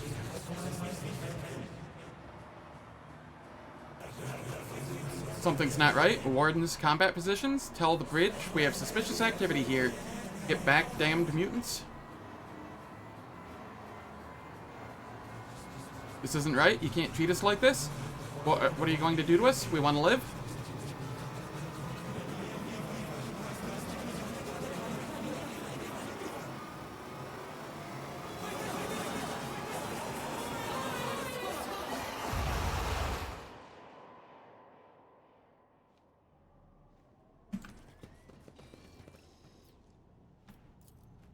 The whispers taught me how. The eyes, crudely daubed on the wall, seem to track you as you move. Victory awaits. Squalid berth, heavily soiled with blood and vomit. It is also equipped with straps that were used to bind its inhabitants to the bed whenever necessary. These people were not killed by weapons fire. Perhaps there was no ammunition left for them. They were brutally butchered with knives and beaten with gun stocks. Rotten brick of corpse starch, a passenger's rations. Judging by the lingering smell, it was A dosed new with sedative. challenge for me.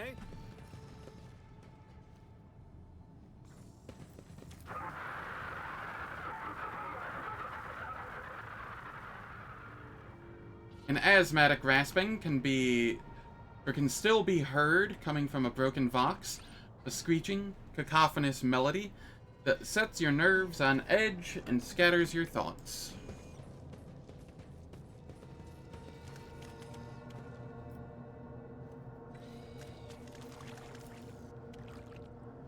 Small fish, eyeless and slimy, dart and wriggle about in the rank water.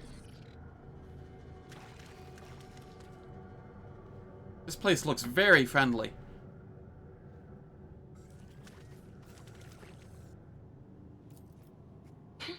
The premonition runs true. Embrace the gift of decay. Follow Merkel? my lead. Do you see that?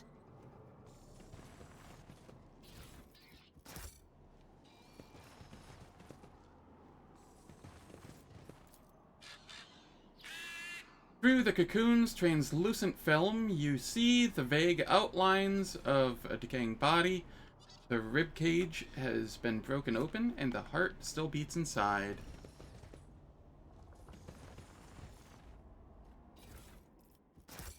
None shall stand in my way.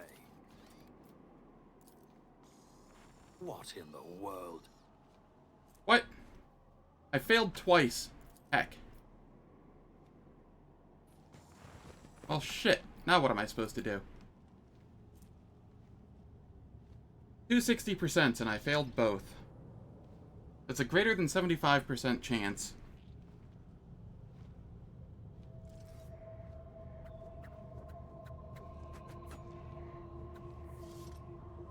I had an 84% chance. Shit. Well, so be it sometimes.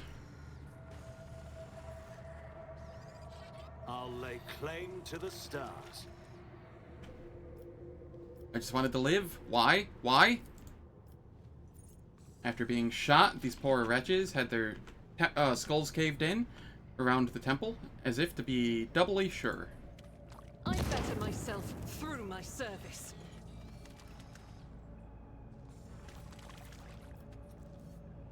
From time to time, tiny sparks of psychic energy burst out of the cocoon. Just as I was taught. The flasks of substances are not labeled, but you recognize a few of them as combat stimulants.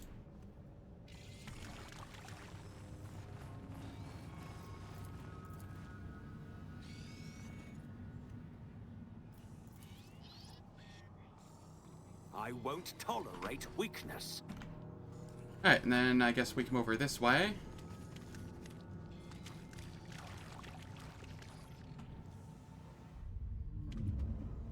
Identify yourself. Warden Kappa 322, reporting for patrol duty at the main confinement cell. Atmospheric sensors indicate the presence of unknown impurities, high risk of contamination. What? But gah, oh saints of the Emperor, what's happening to me?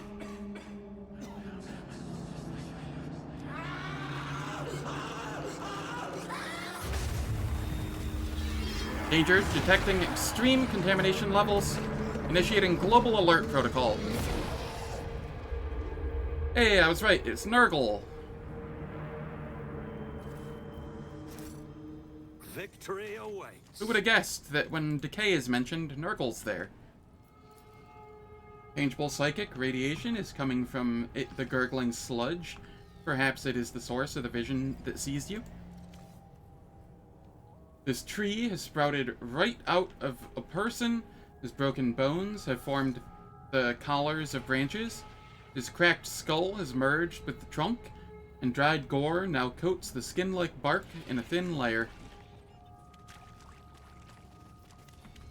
Over. Grant us eternal life, Nurgle, father of decay. For we do not want to die. I appear to be losing my voice. No one will hurt us here, and no one will hurt you now either.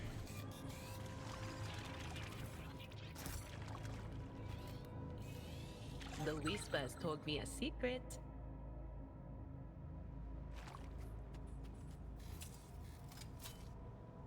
Duty prevails. It's about time.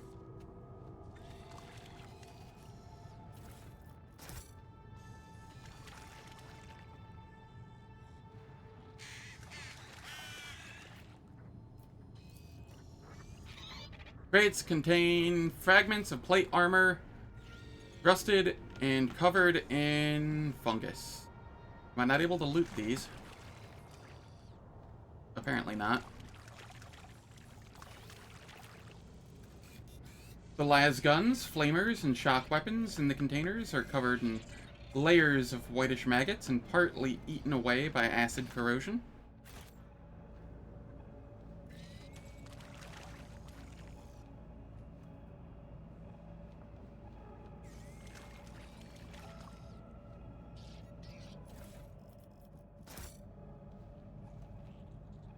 Need a key.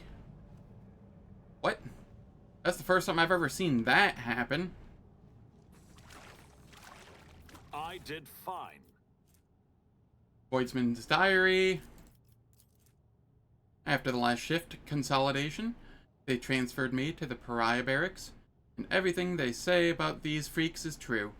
I don't know if they're raised this way or if they really don't have a soul, but just being near them makes me feel sick to my stomach. Cold, unfeeling, empty creatures pretending to be human. They beat and execute the passengers like it's nothing. A normal person is disgusted at the thought of smashing a person's skull. Well, either that or they like it. But not them. They don't care one bit. If it was up to me, I'd toss them in the hold with the rest of the mutants. But the psyker tricks don't work on them at all. Very handy when you're traveling on a ship stuffed full of enraged psykers. I had to move one of the psykers from the communal hold to separate separate quarters. That traitorous piece of shit was encouraging the others to revolt, and our esteemed ship's confessor ordered us to give him a good hiding. We beat him for 2 hours or so, and by the end, my damned cough had got so bad it was unbearable. I'm worried I'll be called to see the chirurgeon. If command finds out about the crap in my lungs, they'll toss me straight out the airlock. My only hope is my new augmetic, though the guy who fitted it on Flassia Prima was strange. He gave me the creeps, and so did all his machinery. No doubt it was all illegal under the Imperium's laws, but I didn't have a choice. A wretched bilge rat of a voidsman would never rise high enough to have his aches and pains treated by someone from the Adeptus Mechanicus. I'm just going to hope that this thing clears up on its own.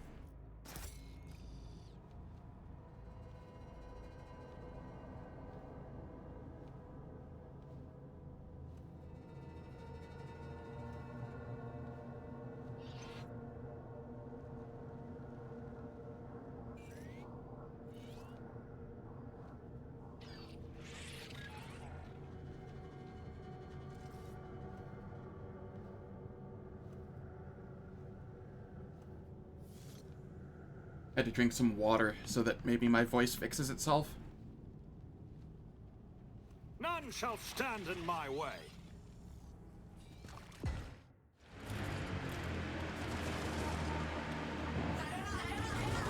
Sir, we've lost contact with hold sections 238 and 239. The riot is spreading. Emperor, have mercy on us. I won't let these blasphemous mutants take control of my ship.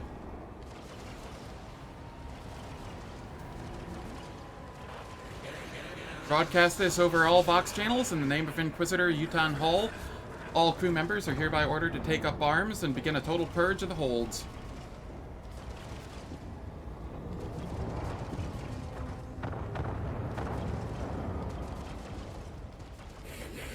Every psyker on board must be destroyed. Cleanse every inch of the ship with fire.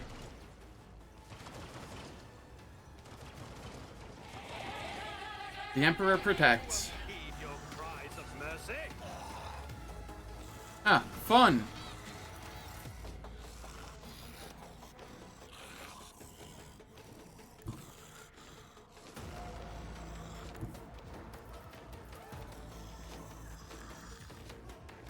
Emperor, give me strength. Alright, so I buff me, I give me a turn. I come up here and relocate Problem for me. the Servo Skull Swarm behind me.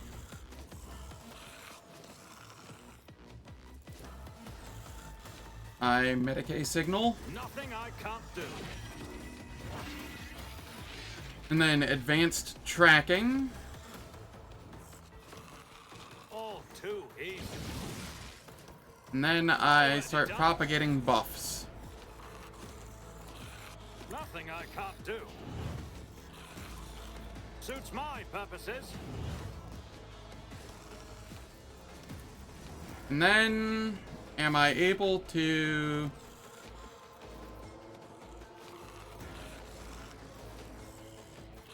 I would have to move, and even then, I might not be able to. That's fine. I've done enough this turn. Then Cassia, you can come here and gaze on almost all of them.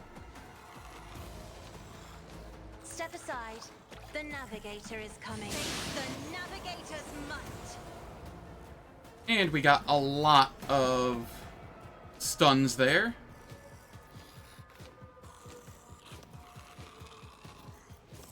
I will give everyone armor. Me. Except If for you insist, Adira, I Lord guess. Captain.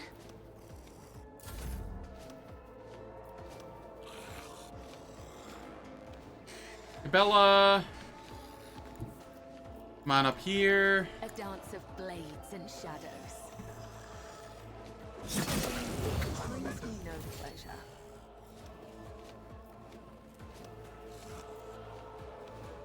Alright, let's see here.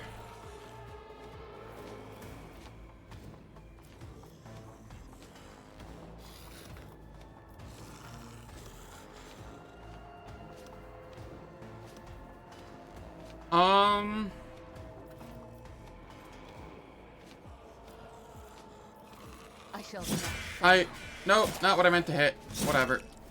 Too late now.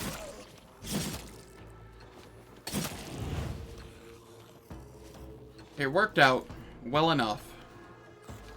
as the tenets demand. I forgot to exsanguinate earlier. Or not exsanguinate, reckless abandon. This is fine.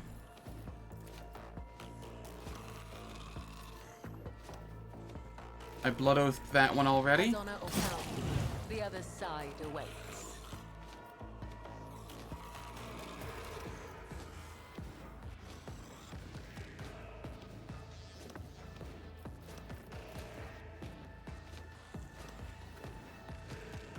Trust me.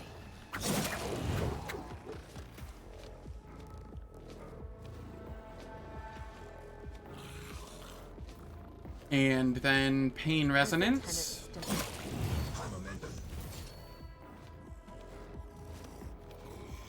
Oh, there's a bunch of them down here too that I didn't even notice.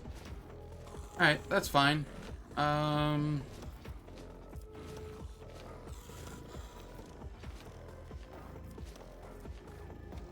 Where it hurts. The shadows is a blessing. Trust me.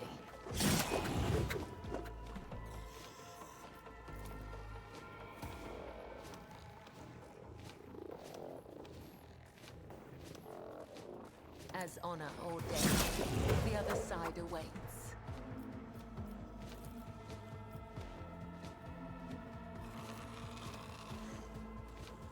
Yeah, I'll just use this. Whispers his will. Death is a blessing. Let your soul be purged. My blade whispers your name. Caught by the web.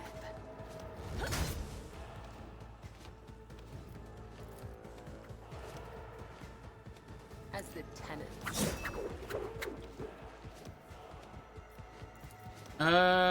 I'll hop back here. Brings me no pleasure. Then hop back up here again. Blade whispers your name. The shadows will slip. The other side awaits.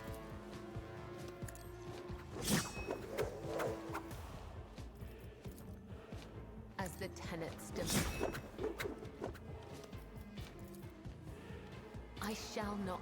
My blade whispers your name. I cannot serve you in this way.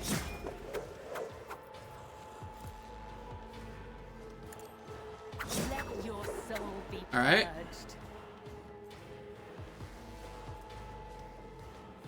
Until the end of combat, strikes made by the Blade Dancer, including attacks made as part of Death Waltz, reduce the weapon skill by a bunch and decrease armor and dodge by a fair bit.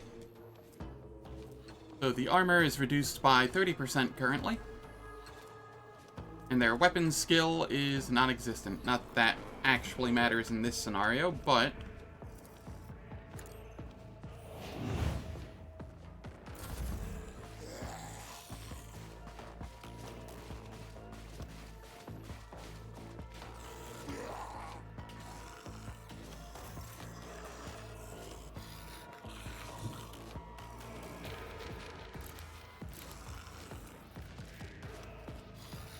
alright.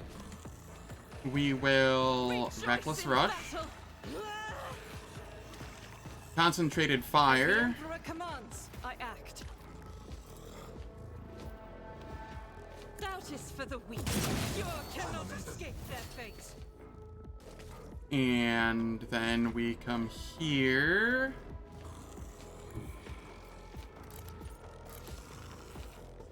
Run and gun. Bathe this battlefield in righteous fury. Revel in Slaughter.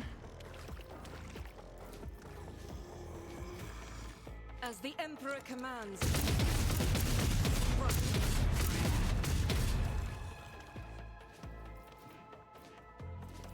And then swap back over to this. Wildfire.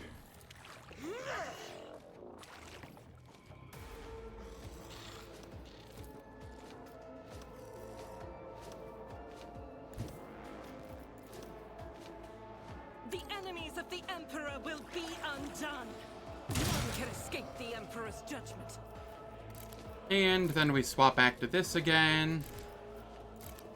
I'm going to reload for free. And I will study superiority here. Thy light I stand, and thy light I crave. Faith without deeds refuse the Emperor.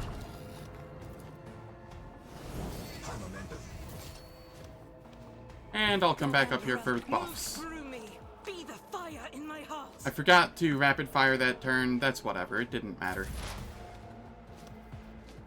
Yadira, I need you to relocate your burb to, like, Let's here. see what you can do.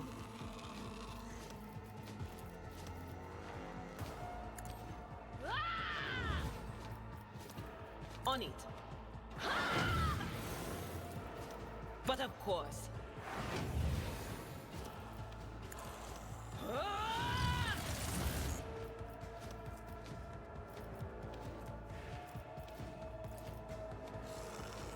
Alright, here we strategic adaptation. Damn. What was the command again? All right. And then we kill this. And then are we able to aim at this one? Yes. What? Be gone. There we go. All is good there. Here, I will give Argenta another turn, Incarnate. where As the she will Emperor Reckless commands, Rush. I act.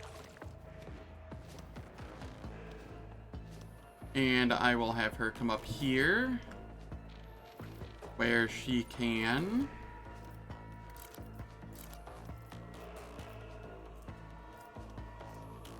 run and gun. In battle. Revel in Slaughter. Concentrated Fire. Doubt is for the weak. This is why I was chosen. And then swap over to this. And Rapid As the Fire. Emperor commands, I act.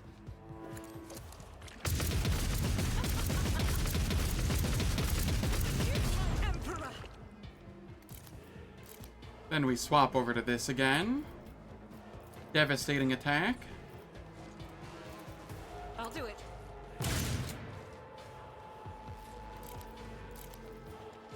Wildfire. The Emperor commands, I act.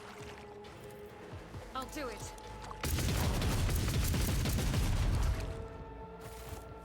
And that was the fight. It is time for ads. They will play for 3 minutes. They turn off pre-roll and mid-roll ads for the next hour. I don't do anything in the meantime, so nobody misses out on any content. And I will catch you all in 3 minutes.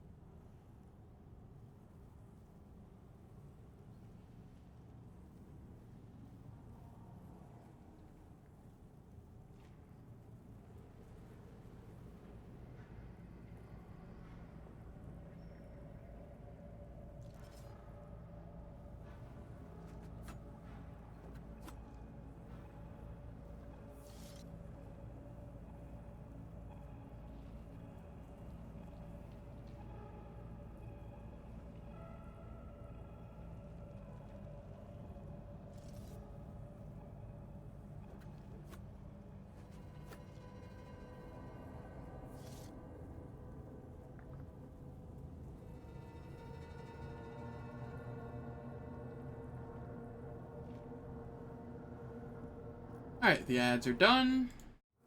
We continue on. And, Cabela, The dead know you... nothing, and neither do the ignorant.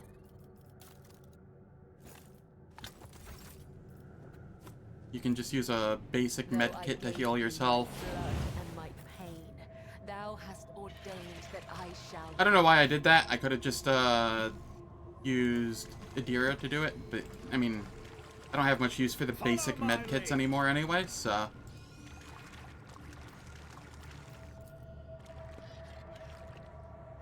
The corpse's flesh has crystallized and turned into translucent sarcophagus, and sealed within is a slop of their putrefying organs.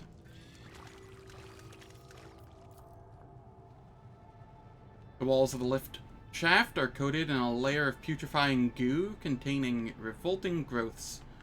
The bodies of the people trapped within it. The whispers told me how. Where there is death, you will find his gardens. Where there is decay, you will find his power. To the stars.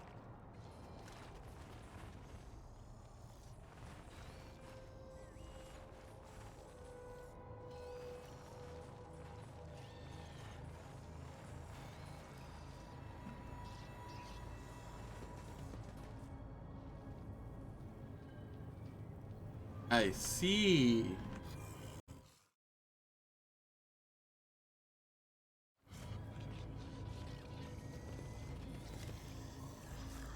Victory awaits. Pray. You cannot Alright. alter your fate. Let's see here. Occluding sphere. Oh, what the shit does this do? Blessing of Rot. Nurgle's powers create a shield that grants its host plus 3 MP and will be removed if the creature's temporary wounds reach 0. Immune to all damage and most common effects. Death of creatures under its control deals direct damage to it. Alright.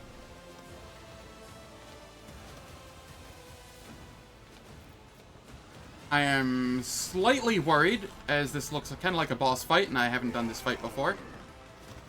Probably fine, though.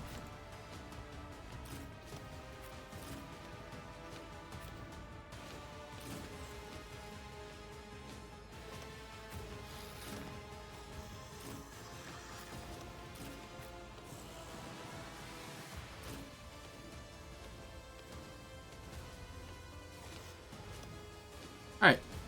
All is good here. Standard procedure here for a fight. I buff me. And then give myself a turn. Where I then propagate buffs. Problem for me.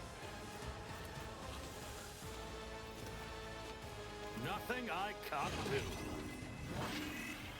Absolutely not.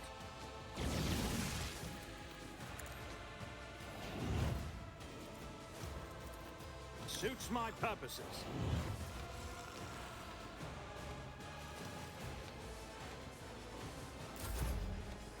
And then I will buff Adira. I'm not accustomed to being ordered around. And then not much else I can do here. I will give armor to everyone. If you insist, Lord Captain.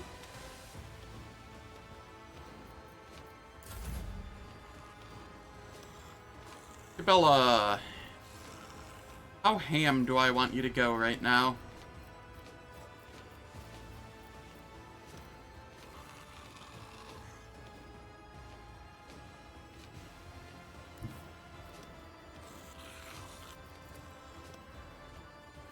Before anything, reckless abandon. An offering of blood.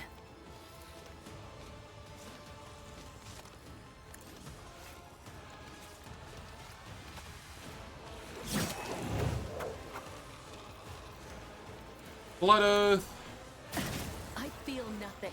Fear nothing.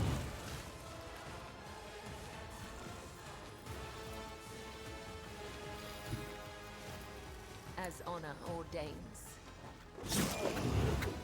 I got parried. Oh. Okay. Blade Dance. after captive audience. I shall not fail.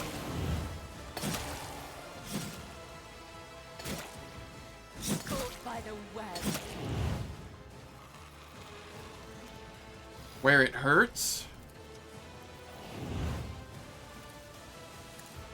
This brings me no pleasure. Trust me.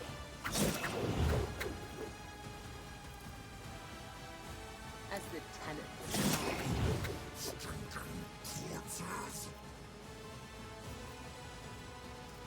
And here I can... The shadows will rest is a blessing.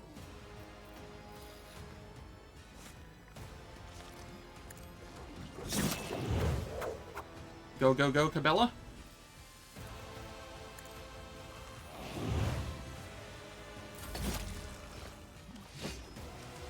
Yeah, you're not hitting Cabela with that.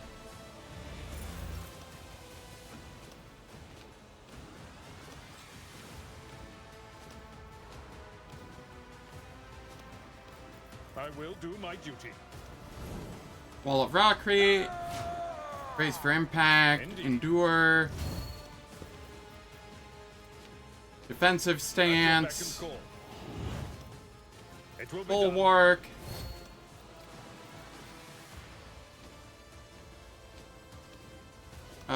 We come over here. Sworn enemy, the Poxwalker.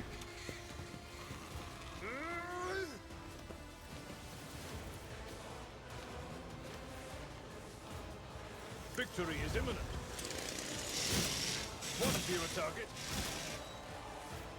And then we sweeping strike I will here. do like you. Reduce to dust.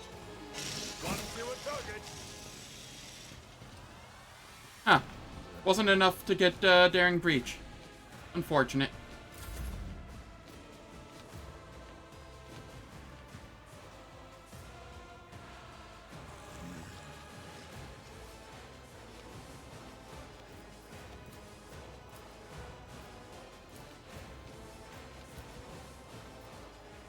What is this that's on him? Blessing of Rot.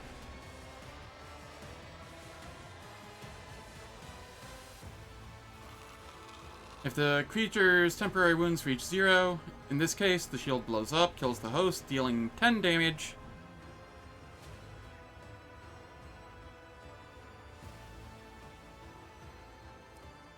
Ah, I see. Okay. So here we Reckless Rush.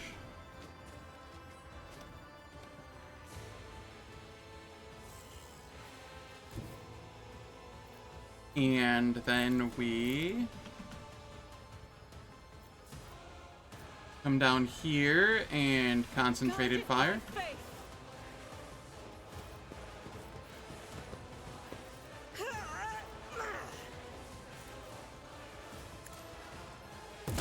Why I was chosen.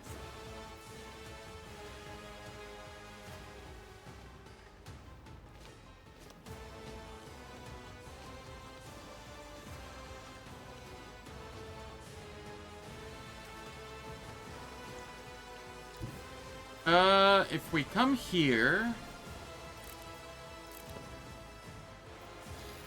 Faith without deeds is worthless.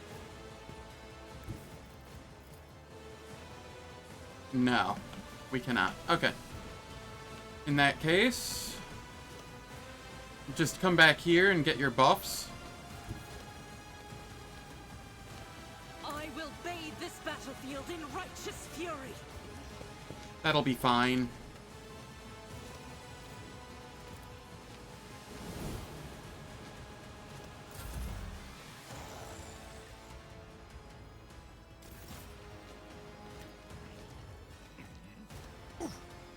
Get parried?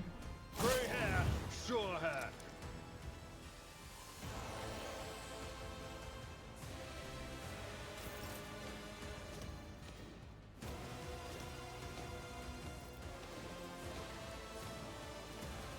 Alright, I am going to bring it down on Idira. Can't do.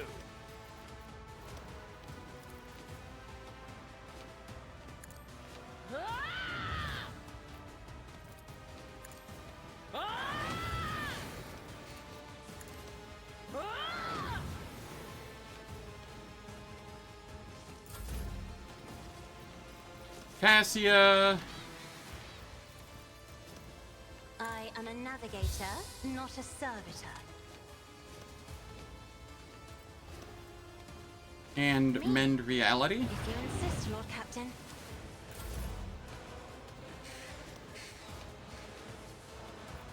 Over here. Yeah, I'm fine with this.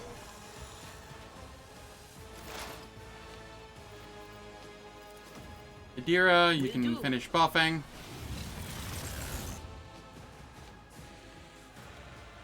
And then you can come over here and relocate Burb to here.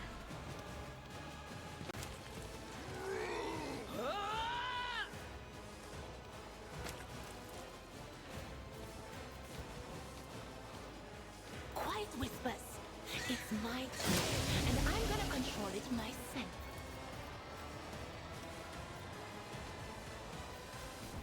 I will strategic adaptation. What was the command again? Oh, right. Anything else? And then I can do this. On it. I love strategic adaptation on her. It's so good.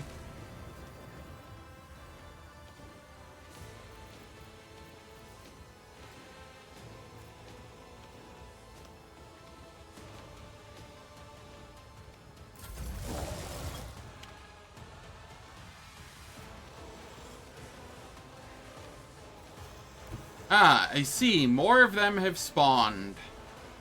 This is fine. Cassia, I'm gonna have you come down here.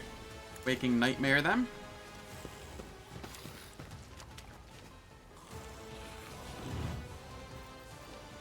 And then you can gaze at them twice.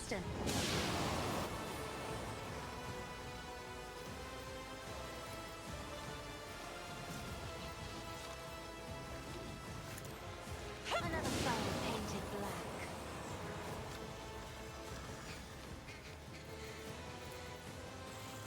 Argenta, Death in colors. I'll do it. Reckless Rush.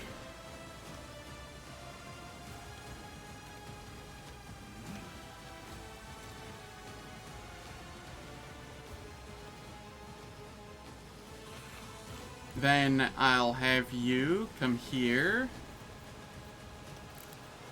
And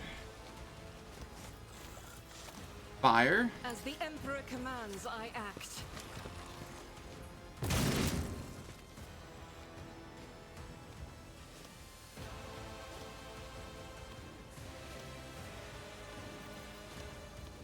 Revel in Slaughter.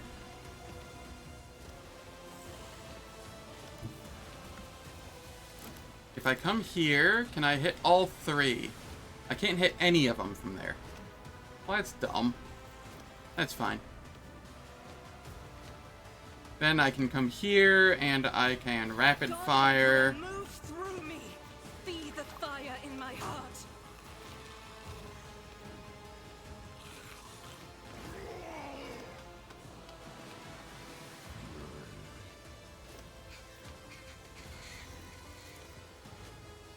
As the Emperor commands.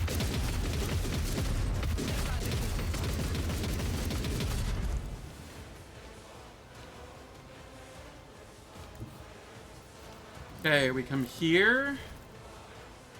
I'm able to fire down on them. We will run and gun. Will be undone.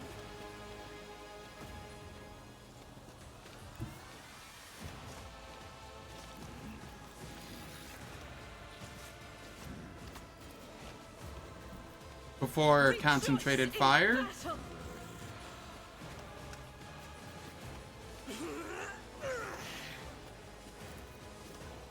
Faith without deep.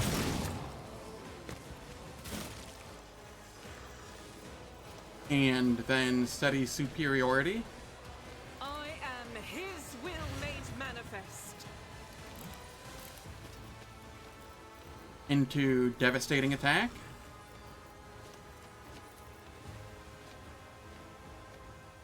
I'll do it. Not a single one hit. Nice. Alright, then we come over here. I will bathe And this blast. battlefield in righteous fury.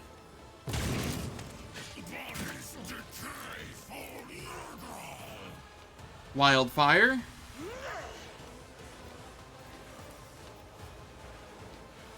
Doubt is for the weak.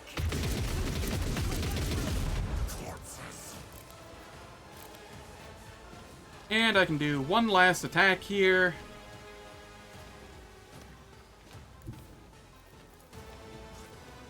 God Emperor, move through me.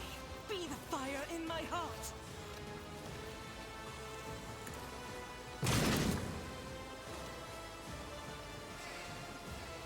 There we are. I think I did pretty good this turn.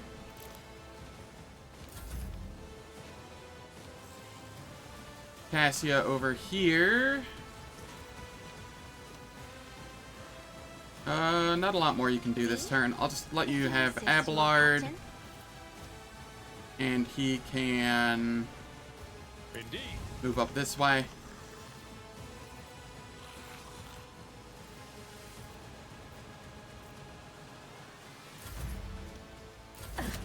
Aim for the heart next time.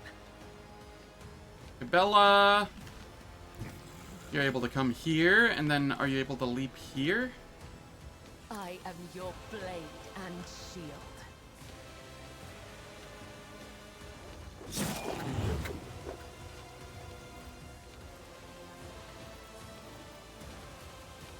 Captive audience. Not fail, as on other days.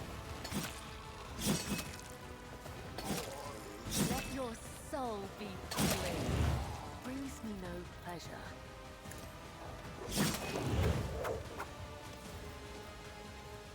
Where it hurts. Blood Oath. As honor ordains. Wow, that didn't actually kill. Alright,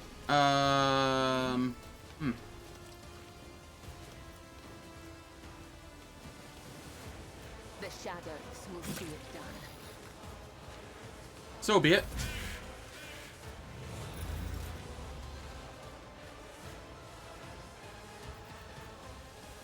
At your Wall of back. Rock Crate. Endure. It will be Defensive done. stance.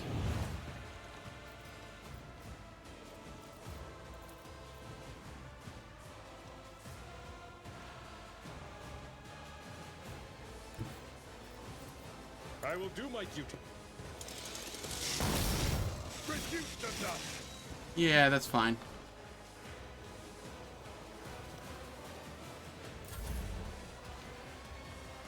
Argenta, there's a Plague Bearer here. I'll do it. None can escape the Emperor's judgment.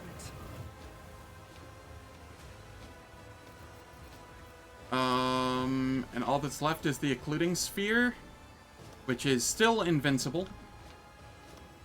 So I will use Revel and Slaughter. And then I will come up Enemies here. of the Emperor will be undone.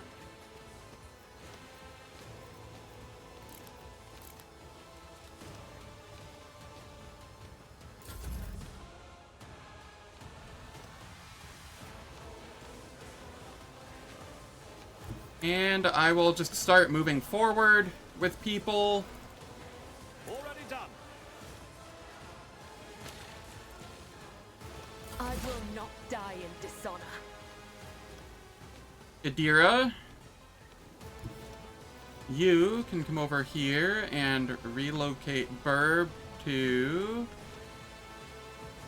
I know here. what's to come.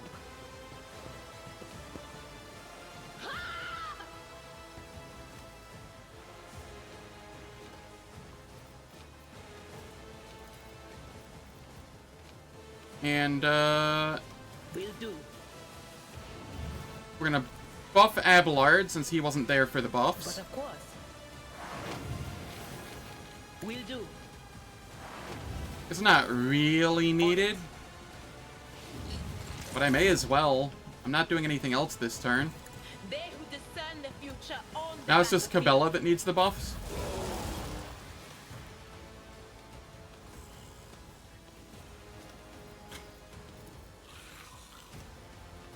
Isn't this a job for the serfs?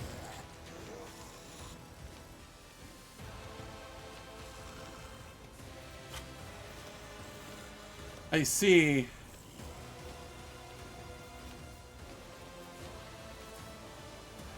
I am a navigator, not a servitor. There we go.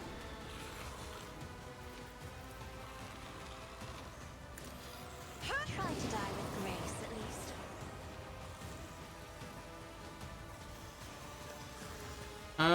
Idira, you can have a turn.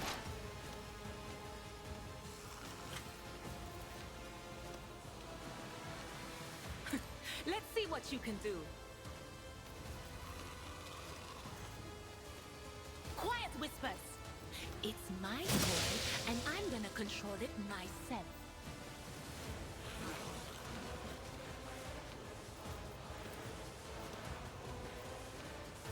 Alright, I don't have the AP for strategic adaptation. That's fine.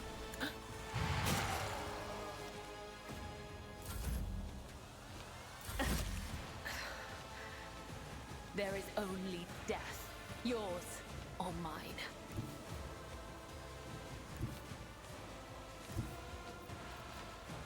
Alright, we captive audience there. As the tenants say, And Blade Dance.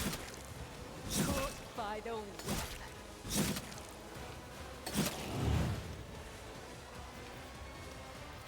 Blood Oath, Aim for the heart next time. where it hurts. Trust me, it is a blessing. And then we Reckless Abandon again. Death comes in silence.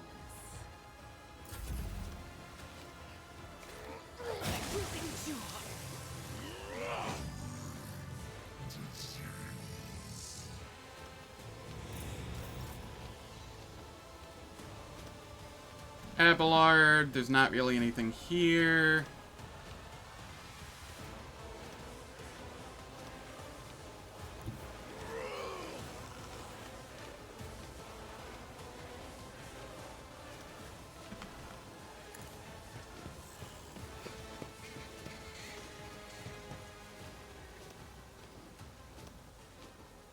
Ah, I see. You can't quite make it. Okay.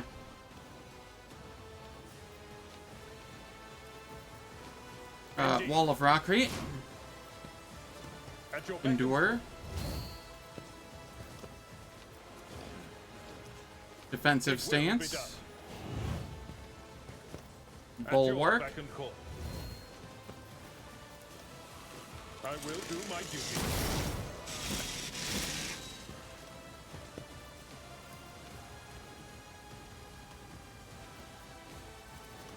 Taunt. Victory is imminent.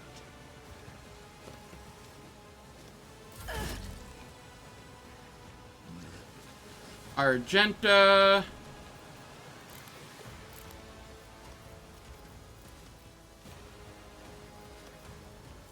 You get Faith to without Reckless deeds Rush. is worthless.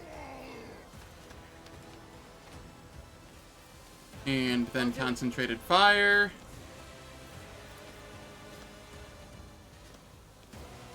Doubt is for the weak. My emperor. And then we move back here.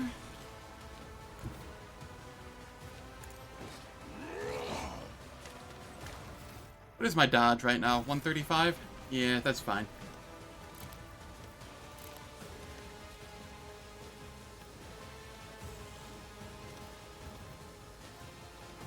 We run and gun.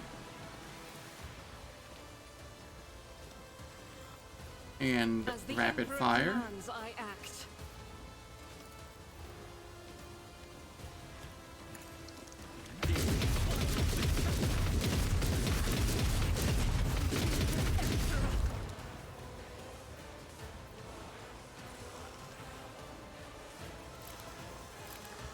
And then we can come down here.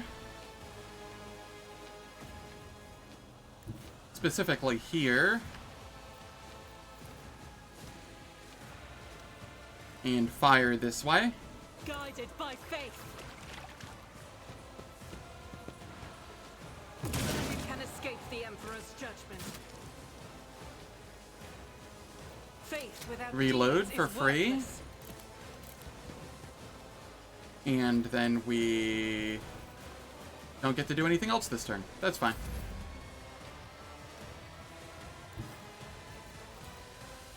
Never wavered in the face of adversity.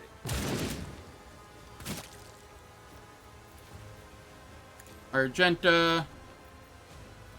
I'll do You it. get the Revel in Slaughter. Reckless Rush. Doubt is for the weak.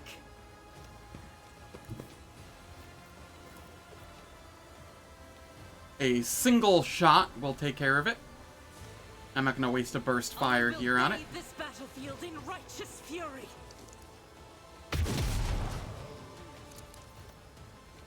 And now that's all that's left is the occluding sphere again. It will be done. Indeed. Abelard will buff. At your beck and call.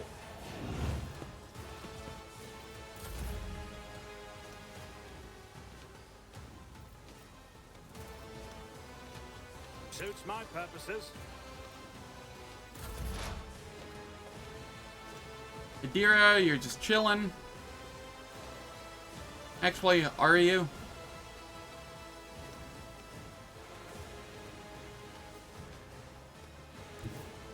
What is this foreboding?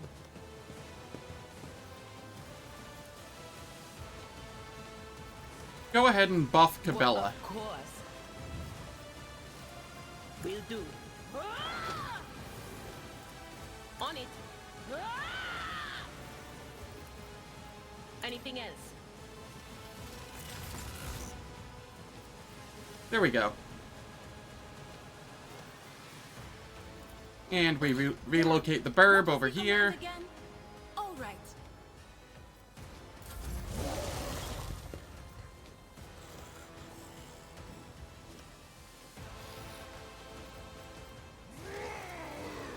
Point of curiosity.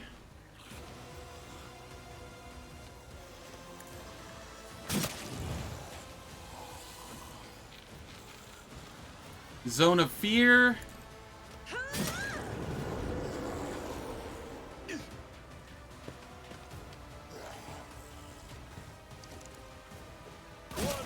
We procced a parry, and defensive stance made us attack. I'm okay with that. Me. We gaze that way. I'm We afraid gaze not. this way. I'm not accustomed. Another foe painted black. Why am I not getting any momentum from any of this? I'm noticing that. Oh well, so be it.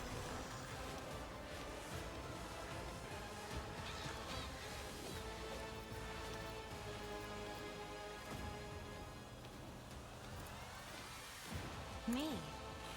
If you insist, Lord Captain. I feel nothing. Fear nothing.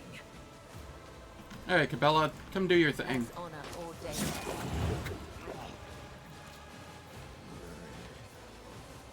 Captive audience. Trust me. My blade whispers your name.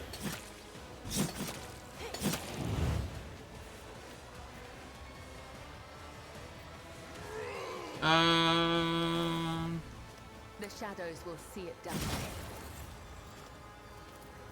As the tenant brings me no pleasure. And then we reckless abandon I again. will not die in dishonor. We exsanguinate. Honor ordains.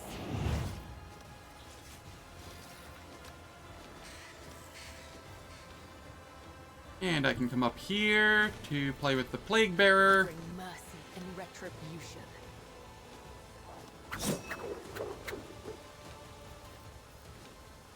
Well, I thought I was going to. 188% dodge. with a 95% parry. Trust me.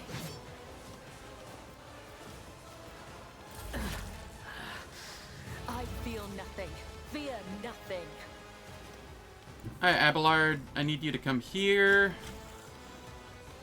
Actually, no. No, I don't. What I need is for you to attack like this. To dust.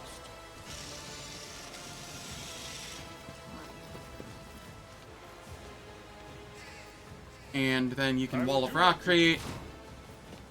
At your back and Endure. it will be done. I took care of this one. This fight is so long and tedious and not difficult at all. There's only the one Plague Bearer here at the moment.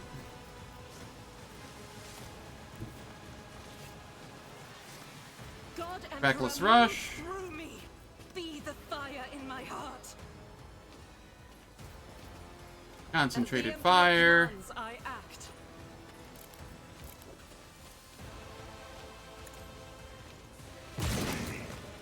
Eradicated.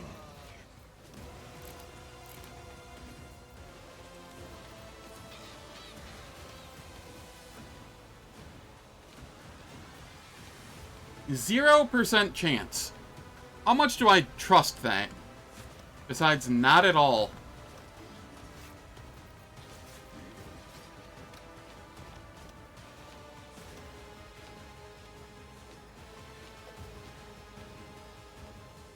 I'll do it. Screw it. I will As the Wildfire. Emperor commands, I act. Oh, what the heck? It's 1% now? Now I really don't trust it. Oh well, do it. YOLO. Take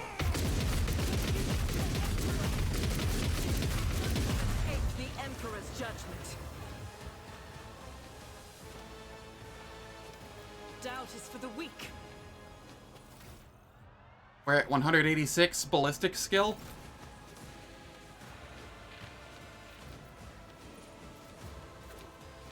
I will reload, because I can.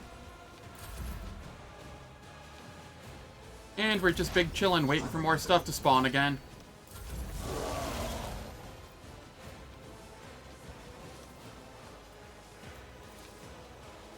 If I may, One fewer target. And then Zone of Fear. isn't this a job for the serfs?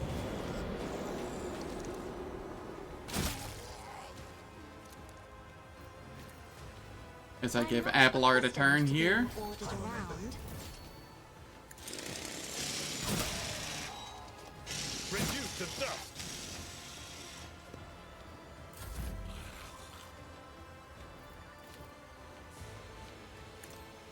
Try to die with grace, at least.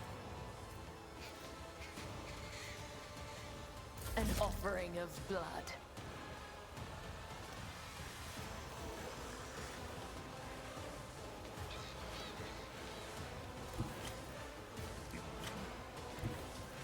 Alright, here. A dark Be Reckless Abandon. in shadows.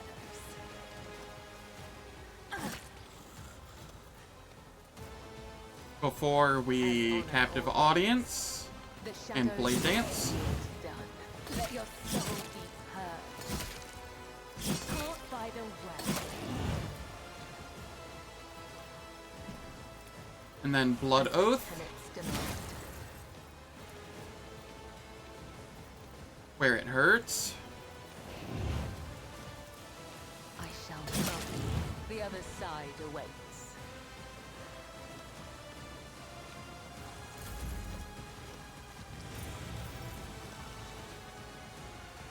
Abelard, It you will just be pop done. all of your buffs. At your beck and call.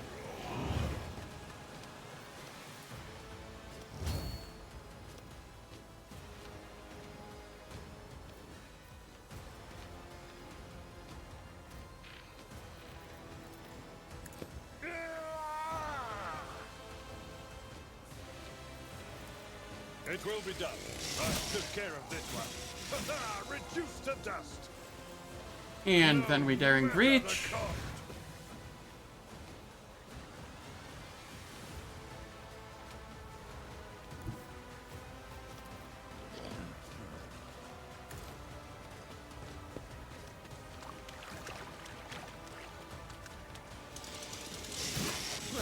Panic.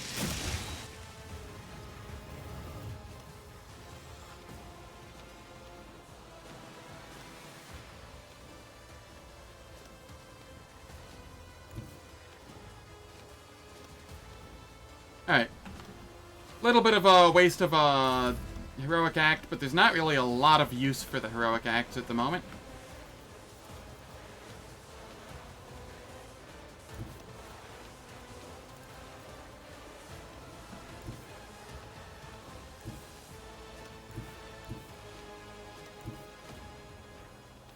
Here we are.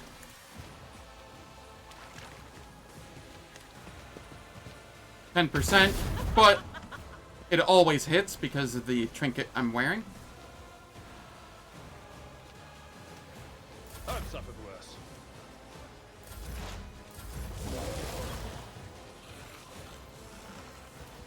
Point of curiosity again. Not a servitor. Zone of fear. If I may.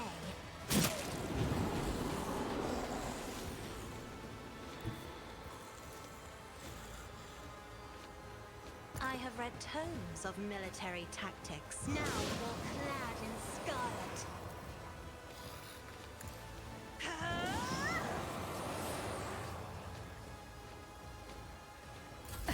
I feel nothing. Fear nothing. Alright, captive audience. The shadows. Blade dance.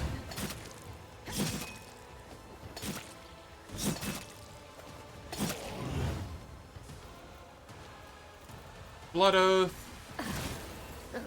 Where it hurts. I will not die in dishonor. Trust me. It's a blessing.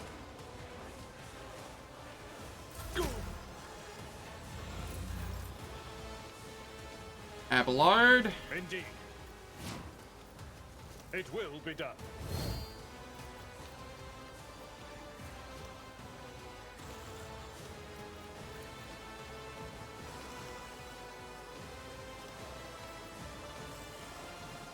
Victory is imminent.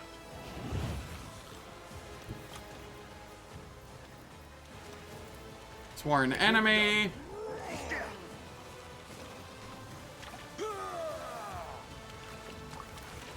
Charge in. You're back and call.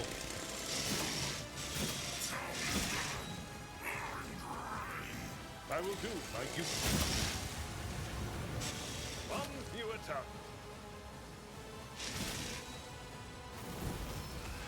And there we are. A new challenge for me? Neat. That was a neat fight. About 3 or 4 turns longer than it probably should have been. Maybe 2 turns longer than it should have been. But, like, it was still a neat fight. I liked it. Alright, what was I grabbing here?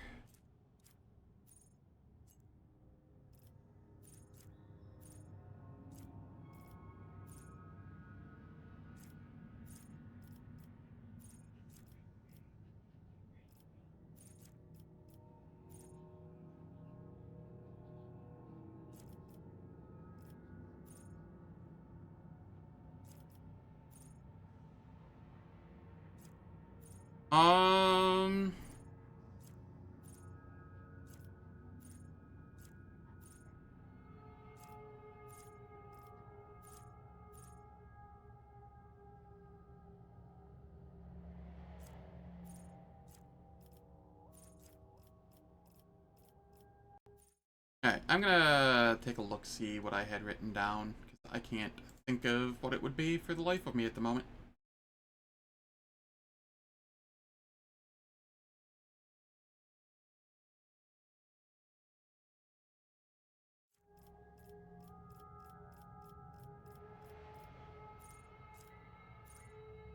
I'd written down something that I'd already grabbed, and I grabbed it here.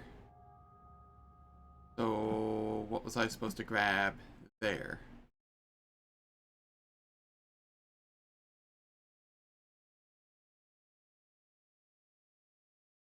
Something else that I had already had. Okay, that's fine.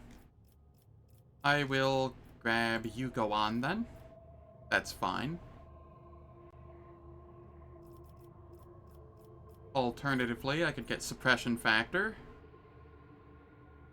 No, that's not useful. Uncharted territory. Yes. How's it going, Schlupp? Hope all's well.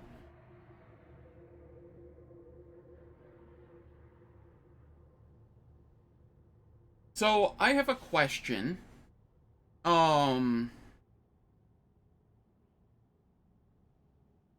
Starting the 16th or 17th, I will be starting an Archipelago multi-world randomizer with a couple friends. Kind of like the StarCraft 2 Archipelago I'm in right now, but I will be playing Total War Warhammer in it. I am not great at the game, and I was wondering if I should stream that, or if I should just do that off stream. Either way, it would not affect my Rogue Trader streams. They would still be going in the mornings. It would just be kind of an extra. So, just something to throw out there. I don't know what people want.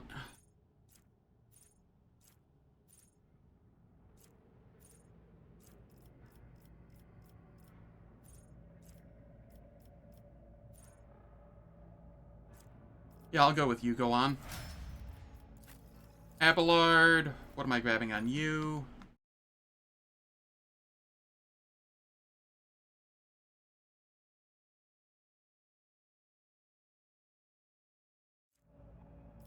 Nice. What did you enjoy the complete asshattery that was going on? God, Shrine was so much fun. But in, like, not the way it was probably supposed to be.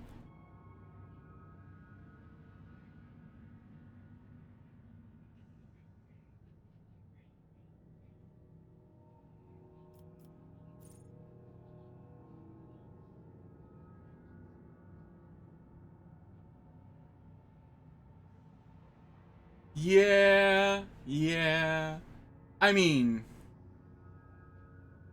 it was probably accurate.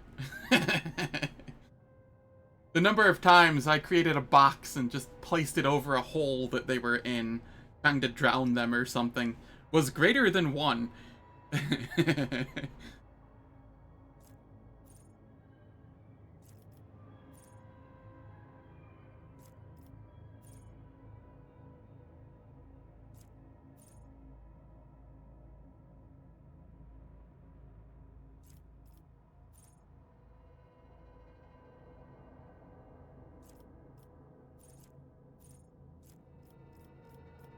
I'm gonna go Renitent Beacon here. Each stack of Unyielding Beacon additionally increases armor and parry by 1%. Likely not going to be doing a lot over the course of the game, but it's better than the other options at the moment.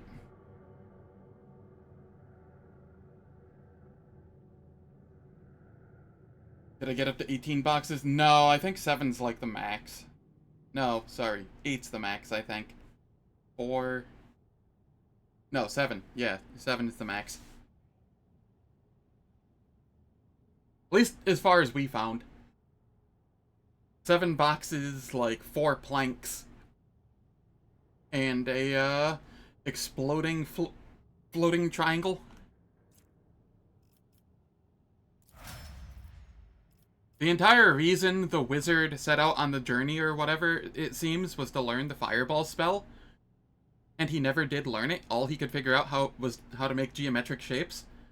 And in the, like, post-game, like, the epilogue, he, got married, had kids, and his kids all learned how to cast Fireball by the age of 1. And the wizard wasn't sure whether to be proud or ashamed. Fucking trying, yo.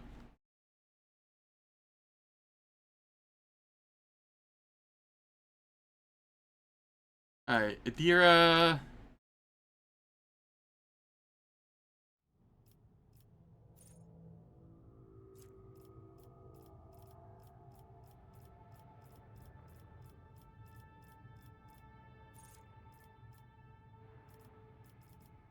I will take Corpus Conversion.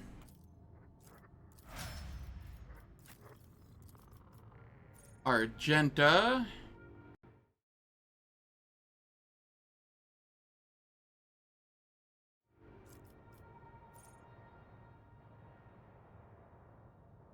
Gains 5 plus number of versatility stacks bonus to armor.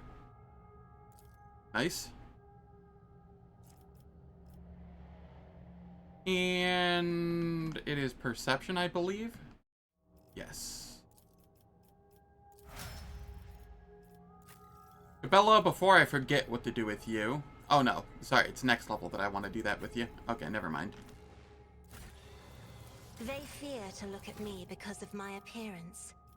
I fear to look at them because of their rotten-colored souls. I've maxed out Fellowship, Perception, and Willpower. What the heck do I take on her next? Nothing else is needed.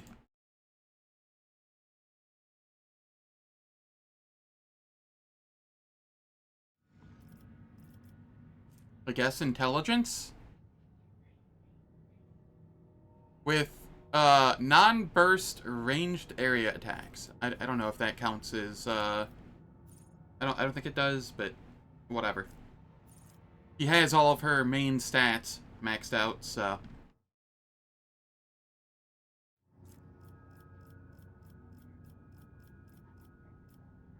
We'll grab Threads and Faults.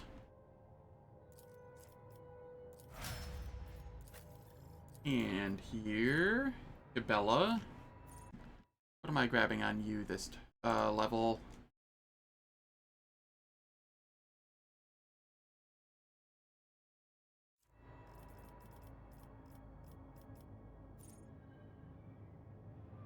Deals 5% more damage to a target for each type of damage over time inflicted on that target. Sure. Next level, we get Drukhari weapon proficiency, so we'll be able to have both Toxin and Bleed. It's about time.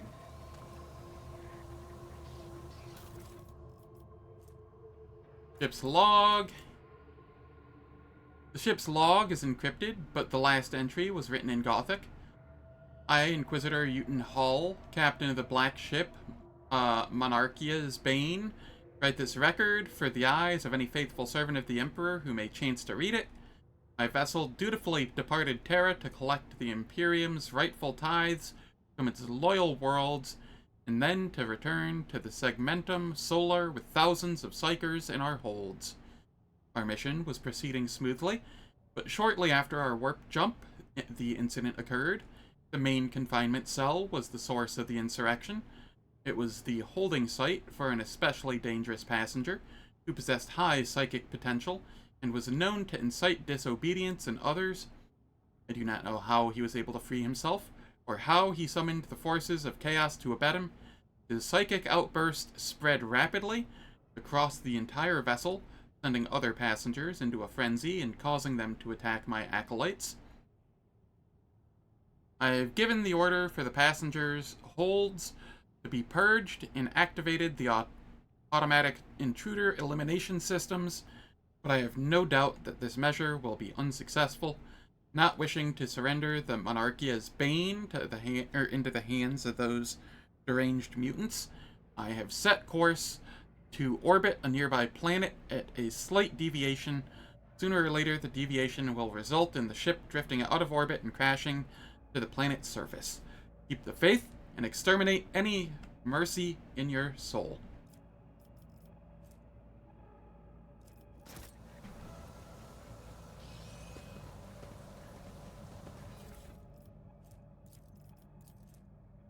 Voidsman, by the grace of the Emperor, you have been given the honor of serving on a black ship of the Inquisition. You have been entrusted with a unique cargo, psychers collected from the Imperium's worlds as their rightly owed tithe. Do not be deceived by their appearance.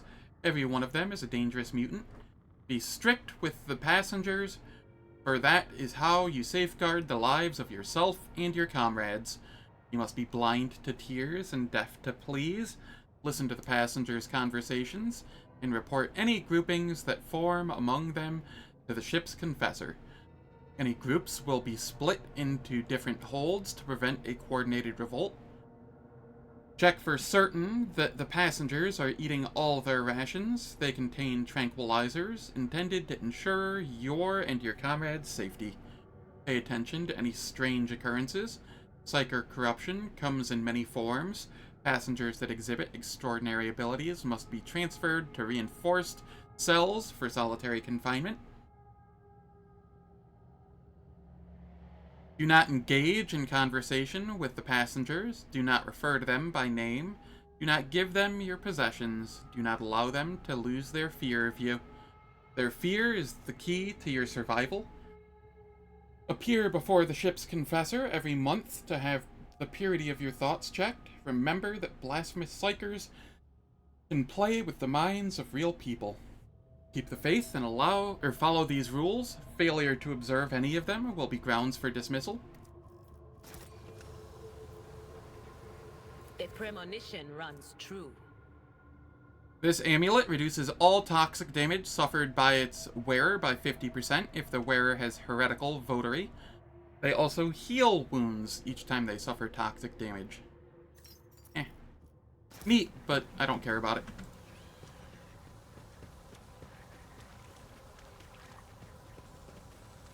None shall stand in my way.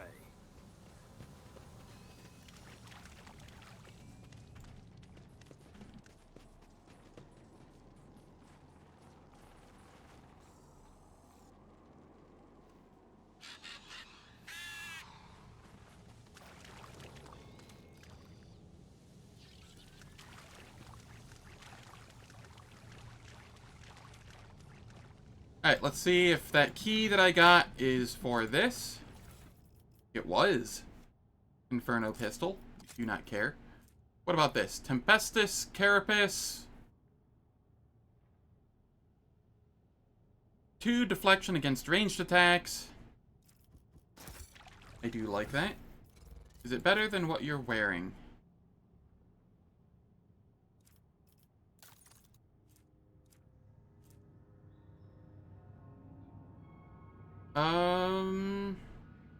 Arguably, yes. 2 deflection against non-human. Nah. I'll send this over to Heriokh for him to wear. That'll be fine.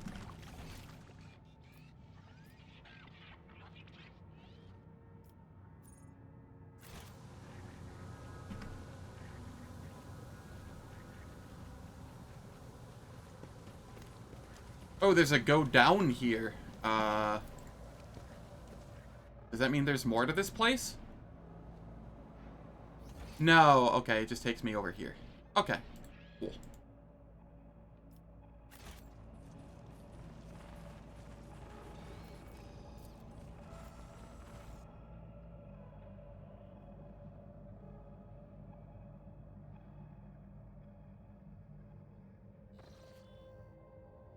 Lord Captain, this is Voxmaster Vigdis Suri Ada Tolaman speaking. I hope your heroic expedition was a success. What will be your further instructions? The machine spirit of this vessel is dead and defiled. It should be sent to the Omnisci on a proper nuclear funeral rite.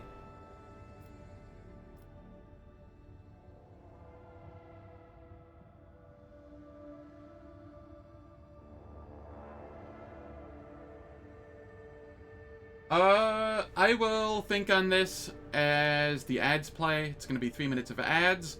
They turn off pre-roll and mid-roll ads for the next hour. I don't do anything in the meantime, so nobody misses out on any content. And I will catch you all in 3 minutes.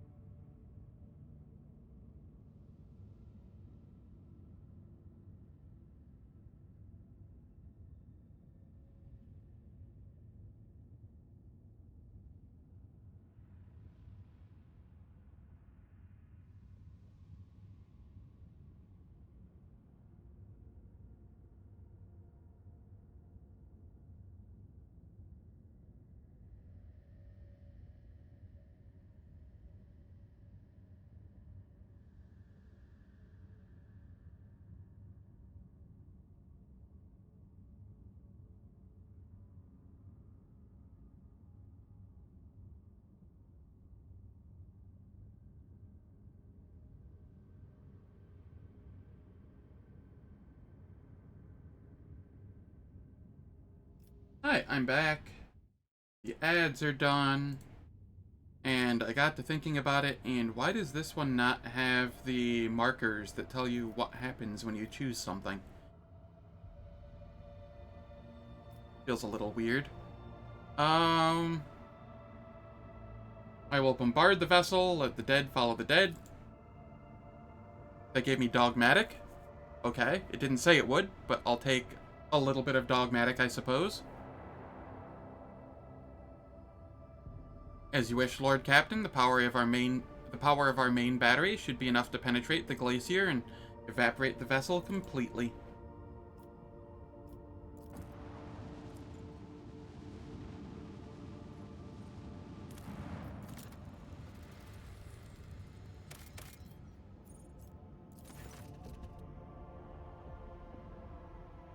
The augurs have detected the remnants of an ancient mining ship that crashed on the planet. It looks like it was carrying equipment and settlers to a new mining site. Searching the ship might prove useful, but it carries certain risks. We failed a 75% athletics test. Fuck me. The ancient ship was extremely unstable. The search team had barely entered before the first collapse occurred, immediately claiming hundreds of lives. Despite suffering losses, the team managed to find and bring back the lone surviving Extractium. Well, at least I still got something from it.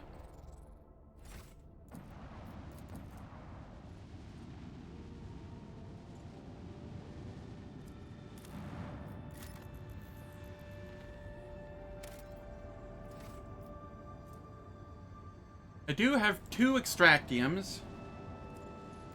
So I will come up here and grab the 7 plasteel.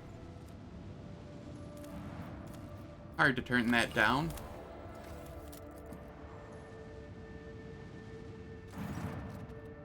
We welcome your lordship to Heriokh's Rim, our humble trading station. I'm Steward Pontius Locton, here to offer our highborn guest only the finest wares and special ship modules. The helmsman's snort is heard over the internal Vox channel. The trading station? Pull the other one. Everyone in the Expanse knows that this is a pirate den where they peddle the stolen plunder, but to be fair, they never touch the customers, which is probably why they're still alive.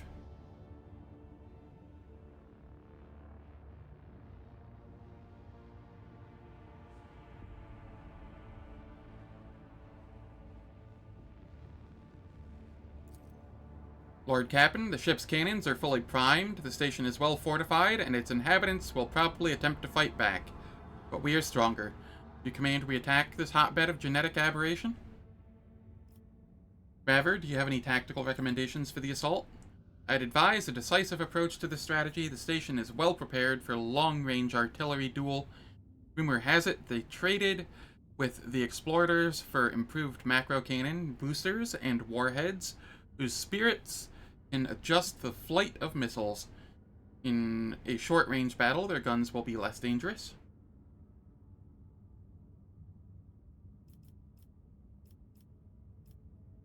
I wish to upgrade the vessel's weapons. Perhaps you might be interested in macro cannons, solid, robust, and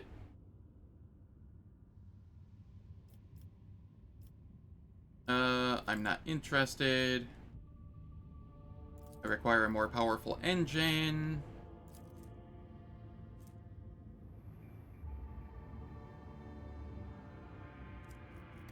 Nope, don't care about that. And what is this?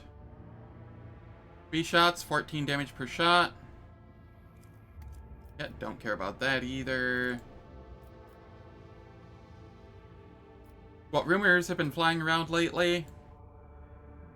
Same old, rampaging pirates, nefarious smugglers, Xenos preying on lone ships. The valiant Imperial Navy alone fights them all, and we thank the God Emperor that we can enjoy its protection. The mutant stronghold will fall to arms. There is a rumor about a lone Adeptus Mechanicus ship, an ancient hulk that is reported to appear in one system or another, only to vanish the next day. Who knows why it broke away from the explorer fleet, or what secrets it may hold. But this is just a tall tale, unworthy of your lordship's ears.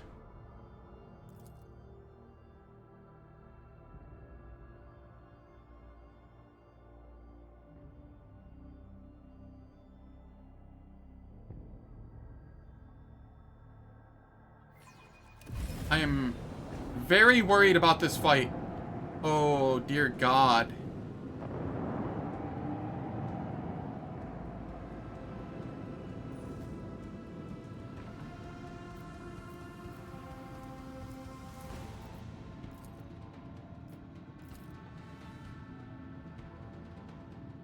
Torpedoes locked.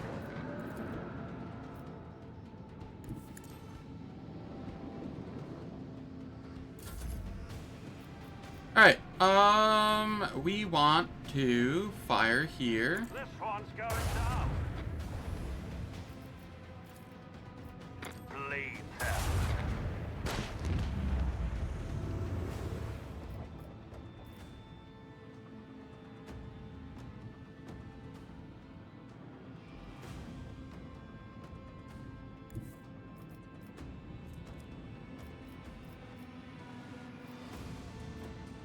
Why is this stuck on barrage type flak? Alright, well, since it is, I will head over to this side and attack this way.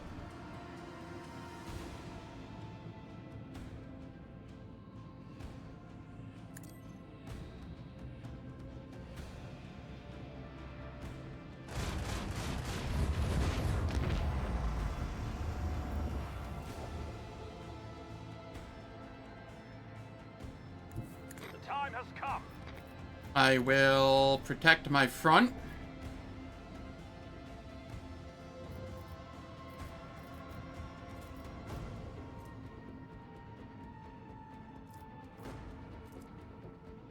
And hopefully that will be sufficient.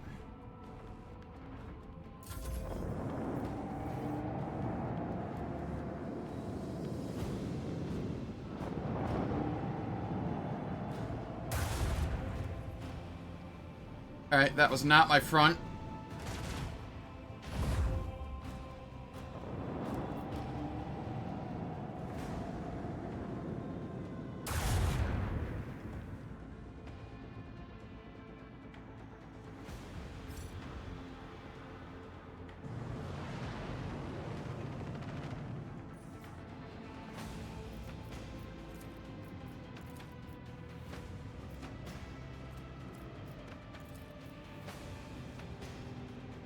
Fire right now.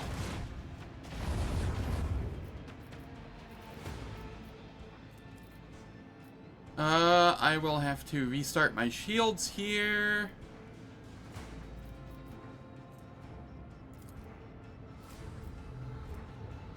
But I can also do this. Unleash our vengeful salvo. Annihilate them.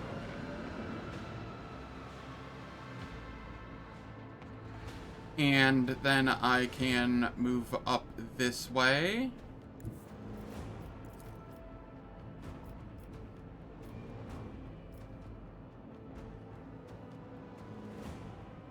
Fire the lance batteries.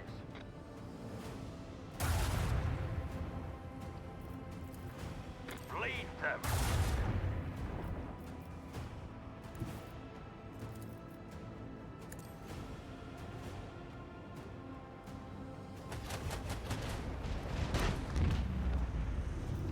And then I will protect my left side.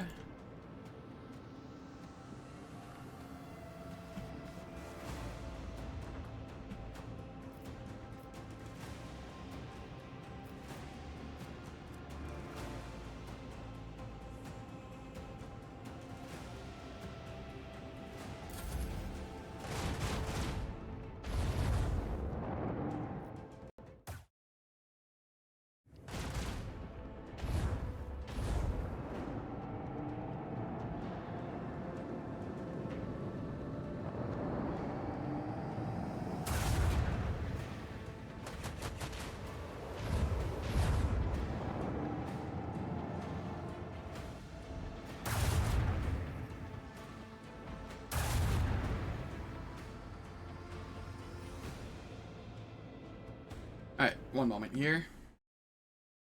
Alright. What am I doing here?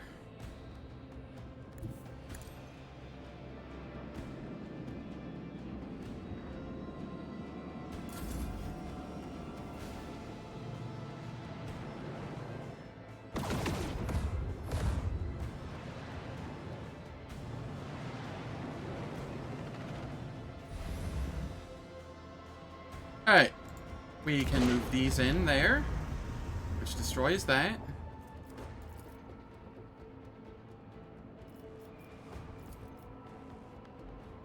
Here, I can fire on this.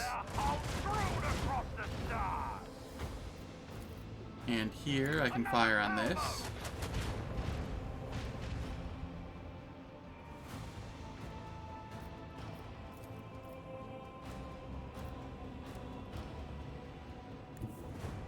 And then we blow up here, which I don't know if it actually does damage to them. It does not. Okay. Well, live and learn. This one's going down.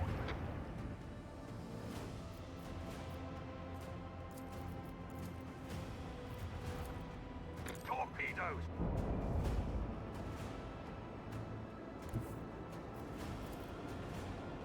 Bleed them.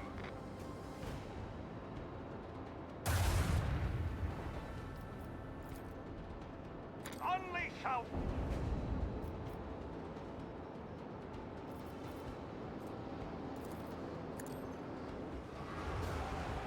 Okay, that also doesn't hurt them. We're learning things. That's fine.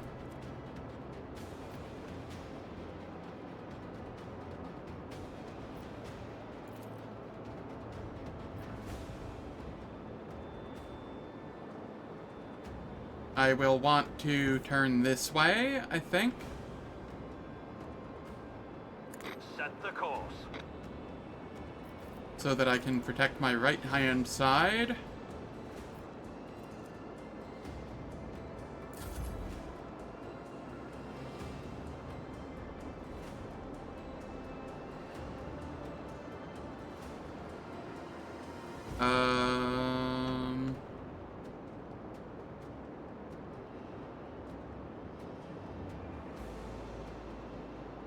Oh, it's these, I think. No?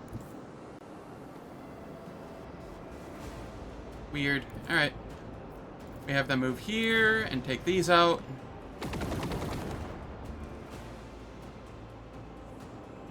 And then they can move up here to attack the Void Lance turret next turn. These ones can come over here.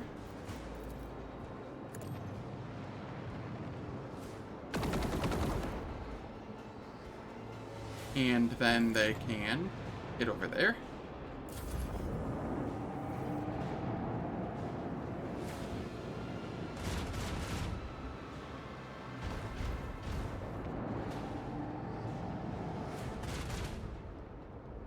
Oh, that one's still there. Kind of forgot that one existed. Gotta be honest.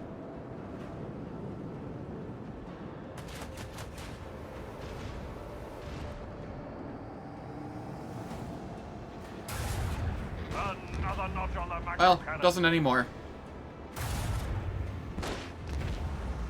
Yikes.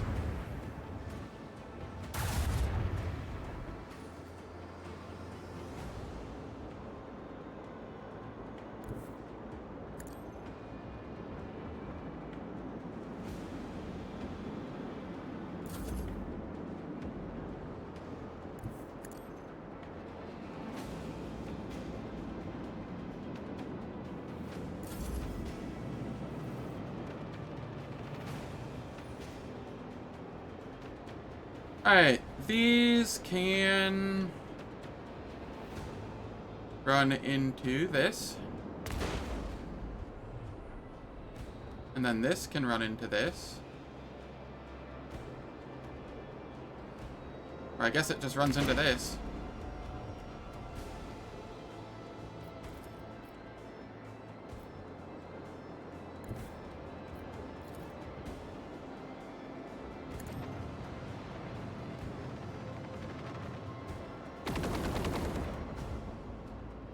Wow, that did nothing. Alright. So, we are on the torpedoes.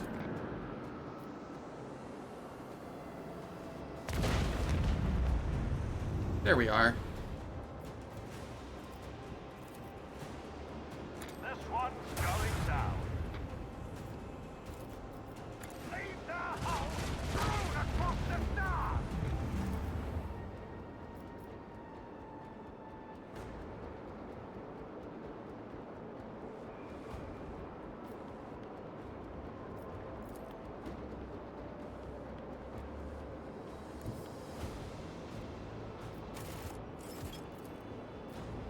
Okay, I will fire on this.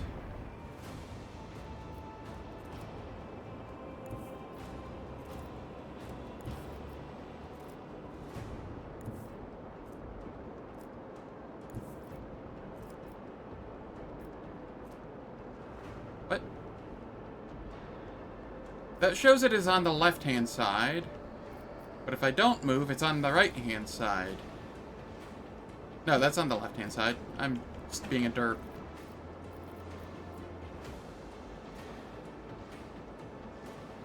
This is fine. This will put my... this puts my right-hand side to them. I want my left-hand side facing one of them, so I will come over here. Lay in the course.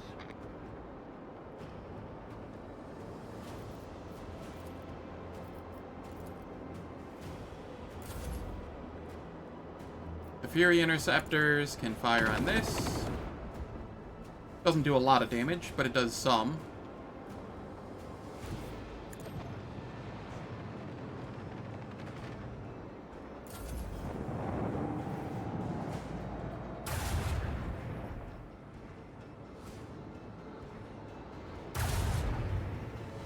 Yeah, that's fine.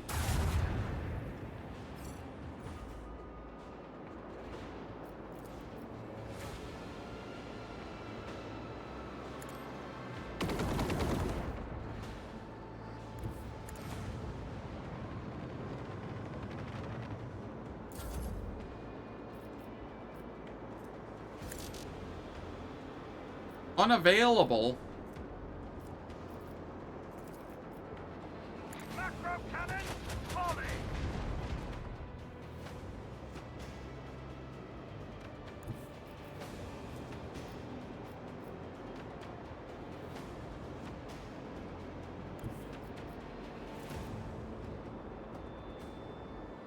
This one's going down.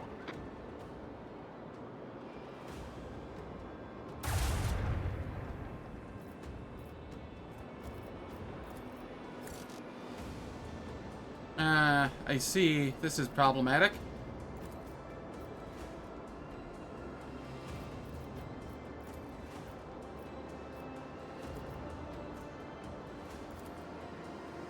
I will go for the front and hope that that technically counts as hitting the front.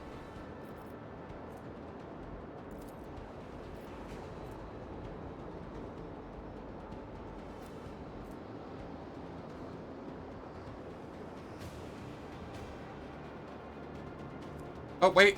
Hold up. I can. Don't know how useful that'll be, but maybe this will hit my backside now.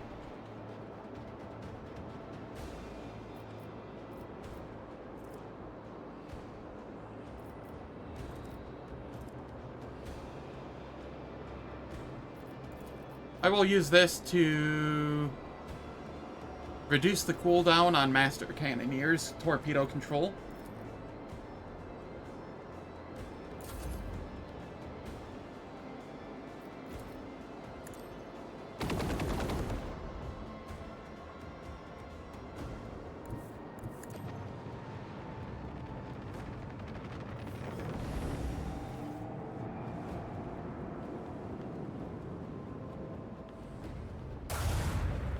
Oh, good. It attacked the Heartless.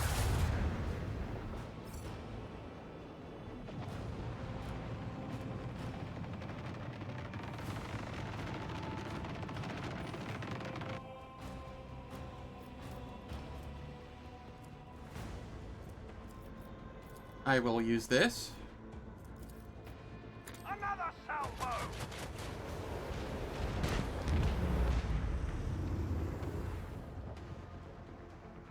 And then I will head over here for a little, The time has come. so that I may restart my shields.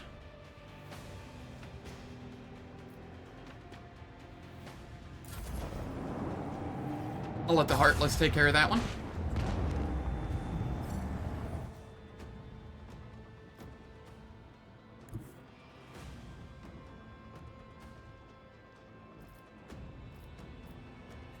Onward.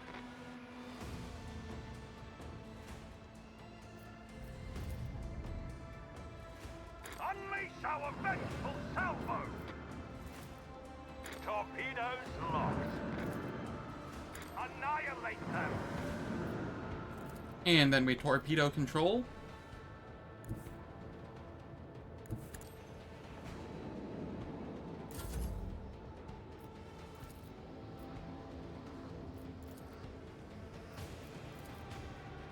Bleed them!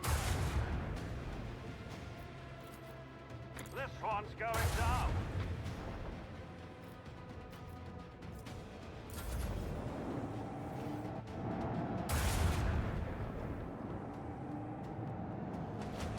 Poor station is very helpless now.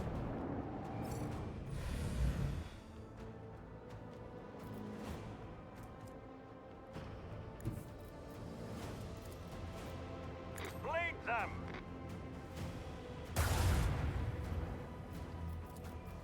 Fire the last batteries.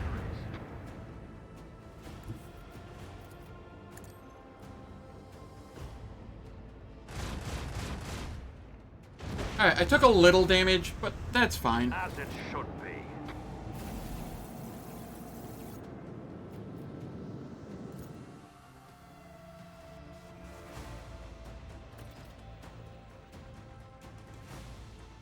Master Helmsman Raver, Lord Captain, their resistance is broken, and the cleanup parties are landing on Heriokh's rim.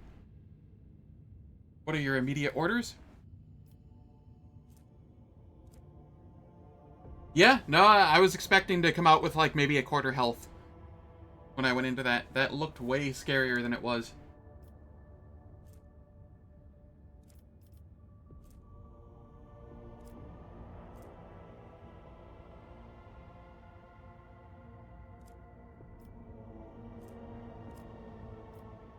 Alright, so make sure none of the mutants survived, search every nook and cranny for anything of value, bring it back to the station. Station should be full of caches packed with plunder. I could get Imperial Navy favor, which I do like. I could get some profit factor and Fellowship of the Void favor. I could lose a profit factor, but get 15 security and on my capital, which would be pretty nice, as security allows it to deal with negative events on its own.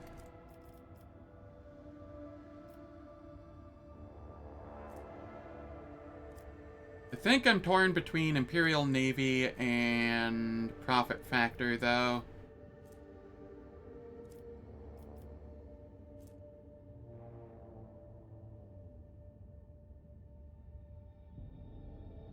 I will go Imperial Navy, I think.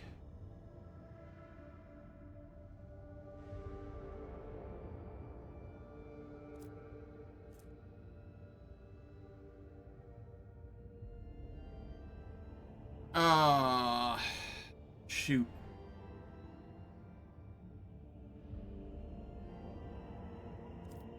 First things first, make sure none of the mutants survived. Lord Captain, the Enforcers have turned the station upside down, but found no trace of genetic aberration. They look like normal people, and their guts look just as normal. You were searching the compartments instead of checking out the life support systems. My crew knocked down a suspicious bulkhead and found an entire mutant layer behind it. Hold your tongue, Montag. Don't try to pass off a stroke of luck as competence. God, Jocasta, you're such a fucking incompetent asshole. And you just have a stick up your ass, too. Fuck off. The Vox relays the stamping of feet and unintelligible swearing. Master-at-Arms' voice turns pensive. There is a layer after all, but it is unimpressive somehow. All the symbols of their foul faith are simple, crude. A few sleeping bags, primitive weapons, a decrepit Vox station, and almost no records of future planned actions. I was of the opinion that our previous foe had posed a greater threat than this.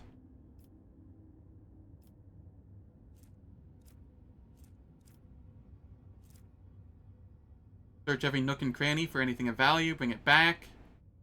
Hopefully this doesn't delete these other options. It did not, I don't think. We got Ooh.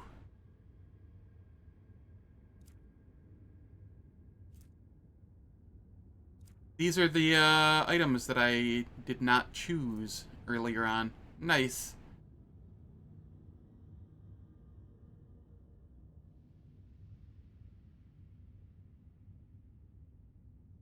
Allows ionic blasts to be fired from plasma or macro cannons. Ionic blasts never score critical hits.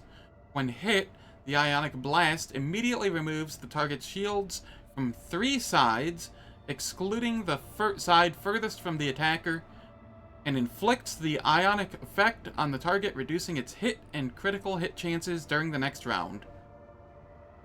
Ooh, I do kind of like that.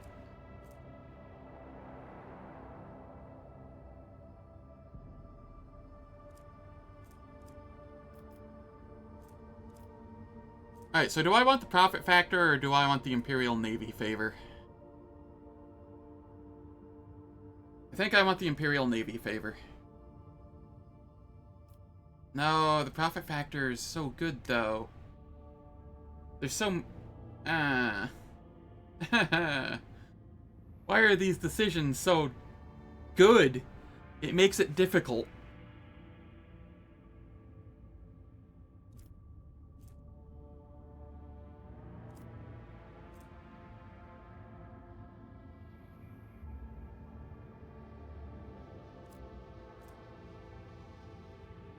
I'll go the Imperial Navy favor for now. It might be a mistake, but that's fine.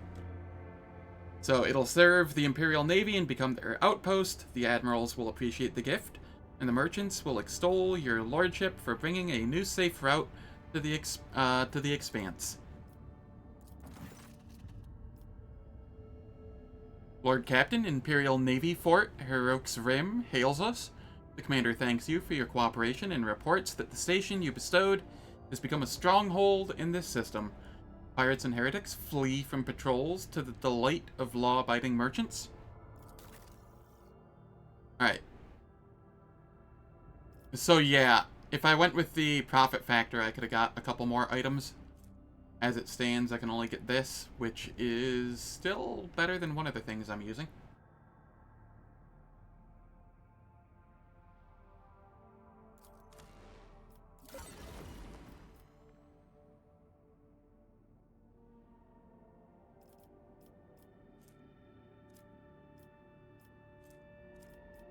Reputation, cost.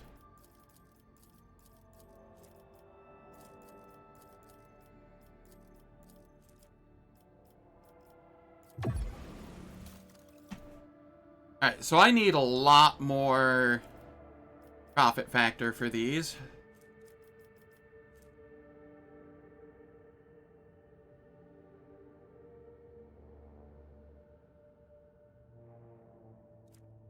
That's fine, though. Here. Components. This is better than the... Digi's, pattern macro battery.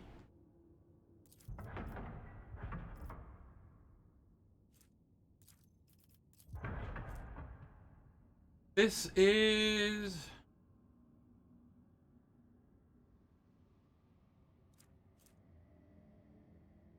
see, 3 shots dealing 14 damage.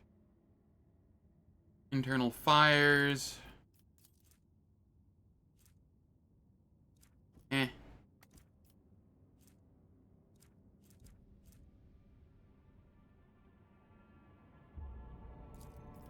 don't care about that too much. 12 speed along with strong acceleration and low braking. In addition, it grants +3 additional void movement when ramming. I don't do ramming shenanigans. This is 5% less chance to hit. But I gain 15% evasion at the cost of my allies being less accurate. I don't think I'm going to use that either.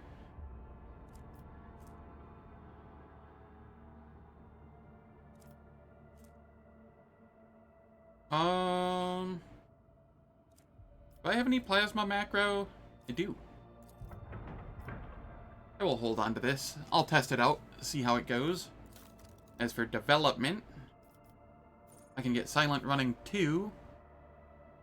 Makes the flagship act before all enemies in most encounters. And then what do we want here?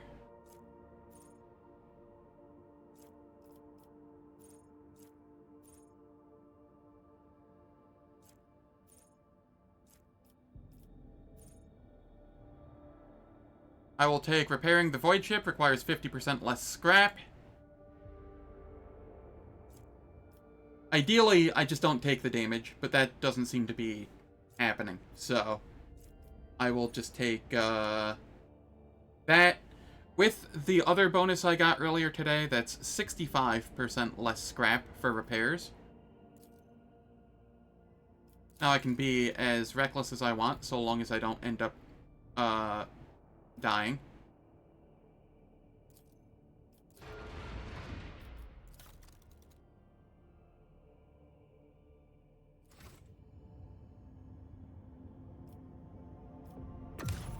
Cool. That was a fun little zone.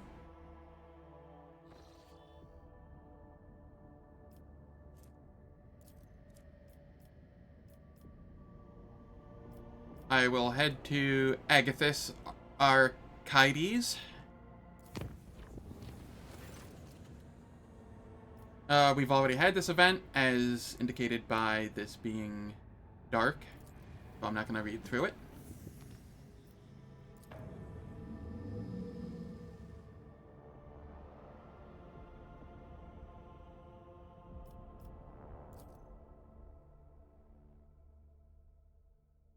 Yeah, they should have used that one on me.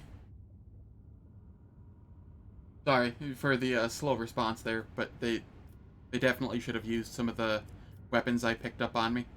Would have been far more useful.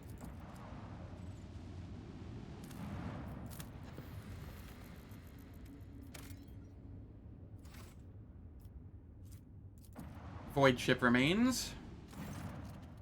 Lord Captain, the augurs cannot determine who the ship we approached belongs to, but the telemetry clearly reveals it is an Imperium vessel. The hull is badly damaged, but there is air in some of the chambers, which means they are hermetically sealed. What are your orders concerning the discovery? Send out the order to prepare my troops for boarding. I will personally take part in the exploratory expedition.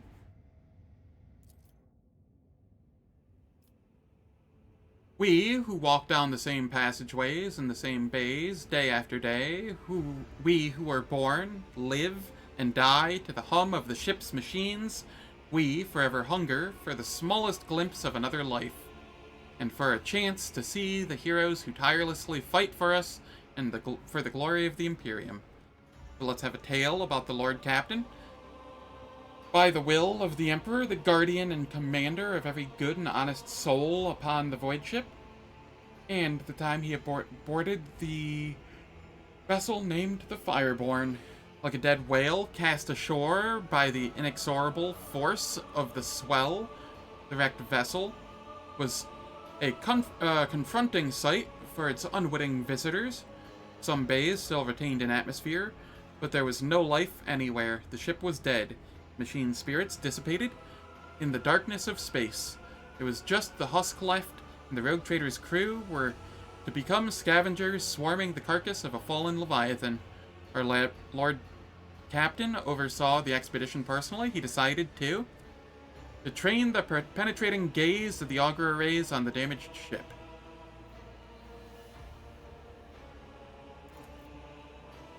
The augur's keen eyes scanned the eerie vessel, identifying that the void ship was gravely damaged and was in the process of final erosion.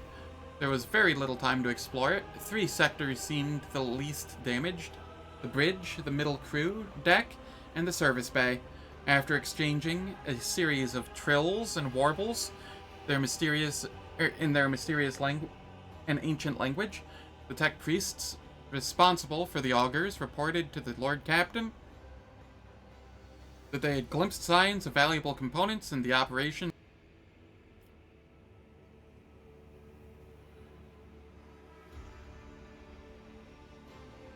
Pardon me. Sneezes. They had glimpsed signs of valuable components in operation in Service Bay. The Lord Captain's next step was to turn his attention to the scout units awaiting instructions.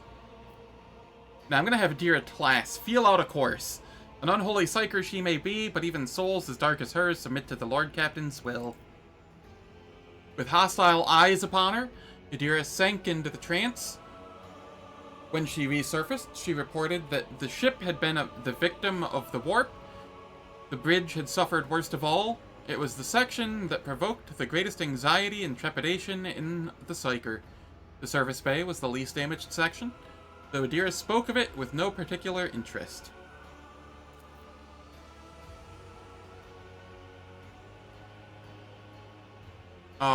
The Lord Captain had had to decide which of the 3 teams he would lead, and which 2 would be entrusted to their officers. Let here be known the names of those honest people who stood before the rogue trader in that moment. The taciturn and grave young Ho Son, whose word was as firm as his handshake. Captain Vesti, whose jokes will be remembered to everyone on decks 3 to 5.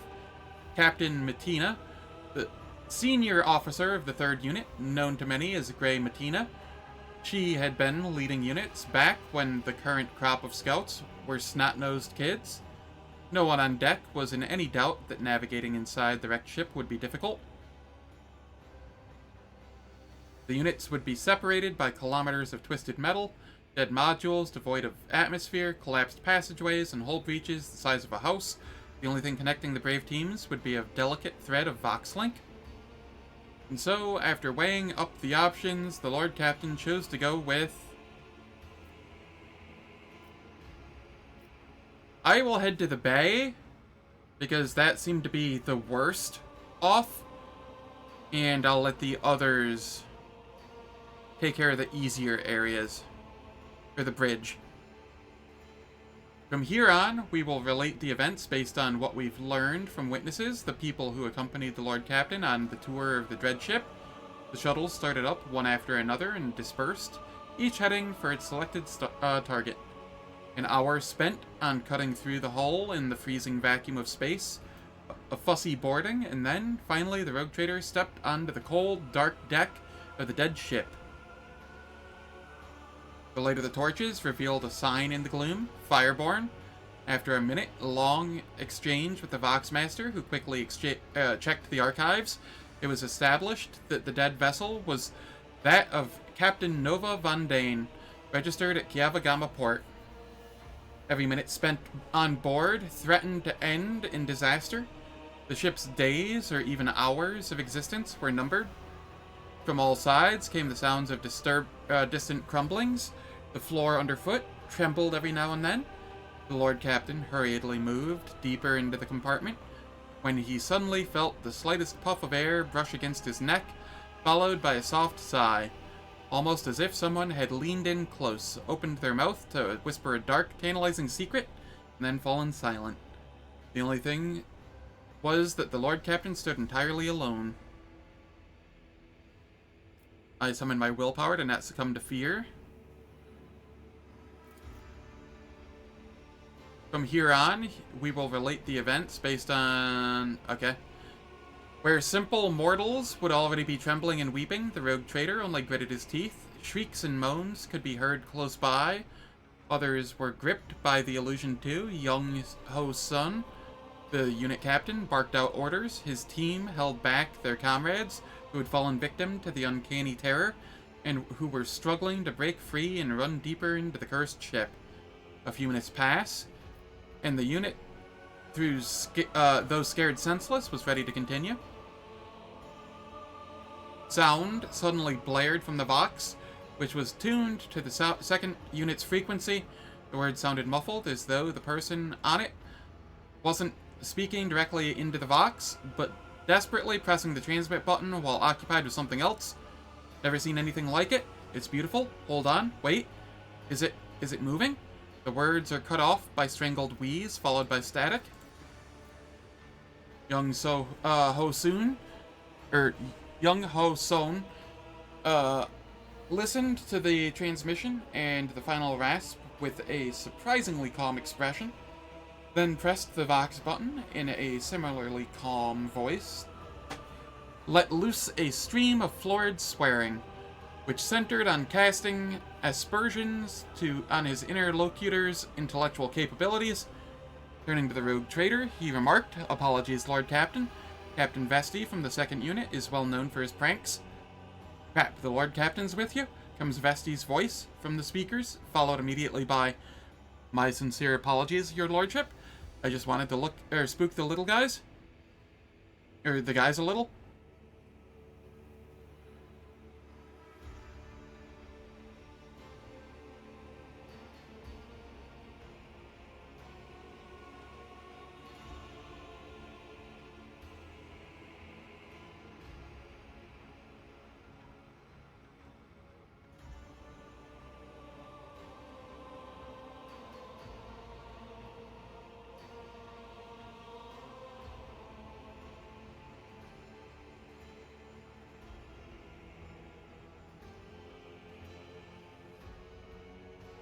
Had to sneeze again.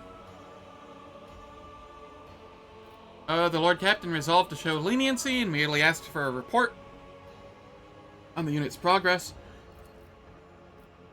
Captain Vesti reported that his unit's foray had so far proceeded without incident, mystical or otherwise. They'd found no survivors from the ship's crew, or bodies for that matter. However, the unit had encountered a problem. The passage leading to the deck section with the arsenal and storage depot was seriously damaged. Especially the power cables. Proceeding further could be dangerous. After consulting with his officers, the Lord Captain issued new orders for Vesti's unit. Vesti's unit headed off to carry out their orders, while the rogue trader and his team continued on.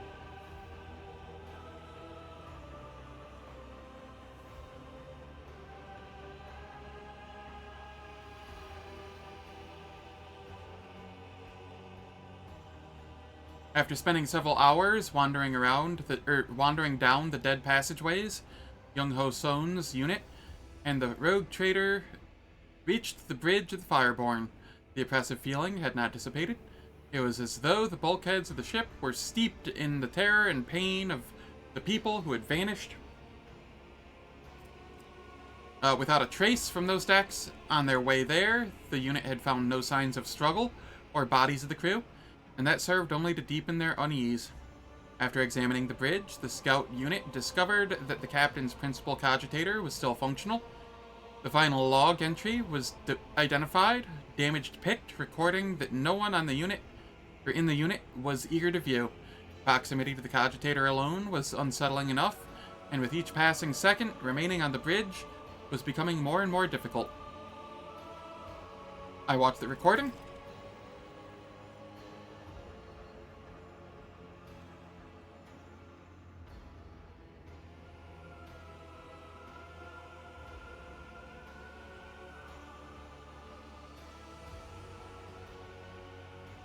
The recording contained a message from Captain Nova Van Dane. It was almost impossible to make anything out in the pict, only the captain's hand gripping the edge of the table and flashes of iridescent light. The captain was speaking crisply, almost calmly, but there were also short, almost inaudible breaths, exactly what the rogue trader's team had encountered when they had first boarded the ship. And it even seemed that those sounds were coming not from the recording, but from the gloom-drenched corners of the bridge itself.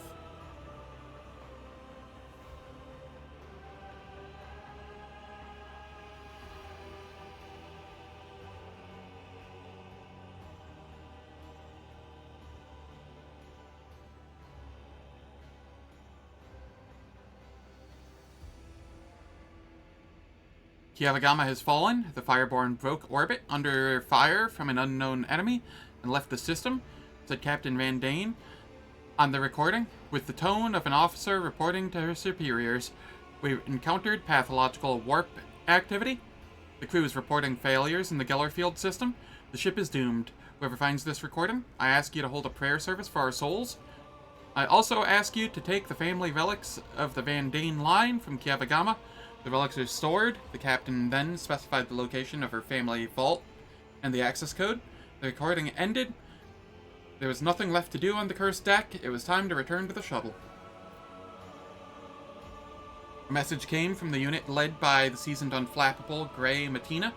The captain methodically reported on all the service bay sections her team had already examined. They had found nothing of value. They found no bodies, there had been no incidents, and the search was proceeding as normal. The unit was waiting for further instructions from the Lord Captain. After distilling the salient points from Gray Matina's exhaustive report, Zen listed the areas that warranted a more thorough search.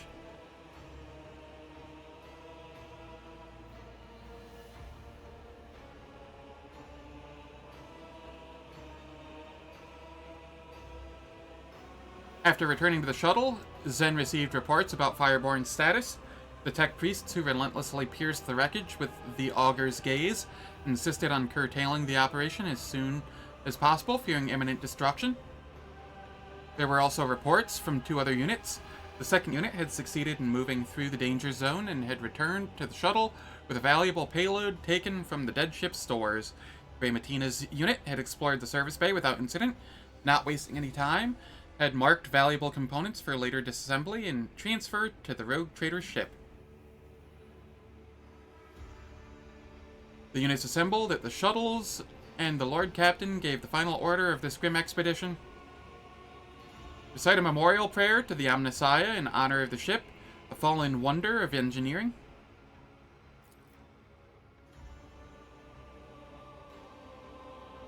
So many had perished, and it was sorrowful indeed, but it was a shallow grief compared to the anguish felt at the demise of a machine as magnificent as the Fireborn.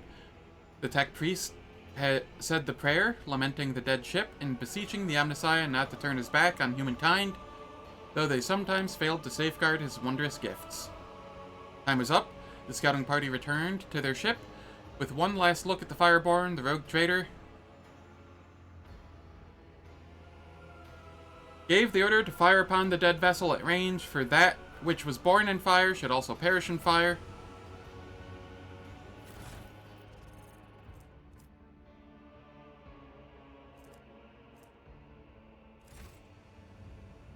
So did I actually get anything from there? Long lasses, add that to cargo, add that to cargo.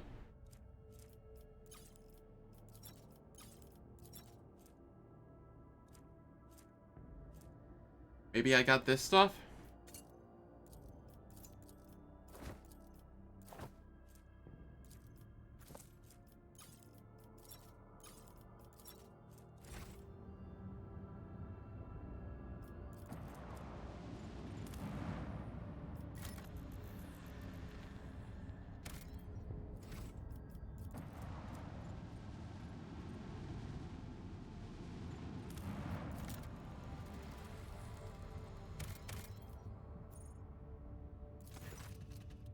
The giant rings on this planet's surface can be observed even from orbit. Examine the rings.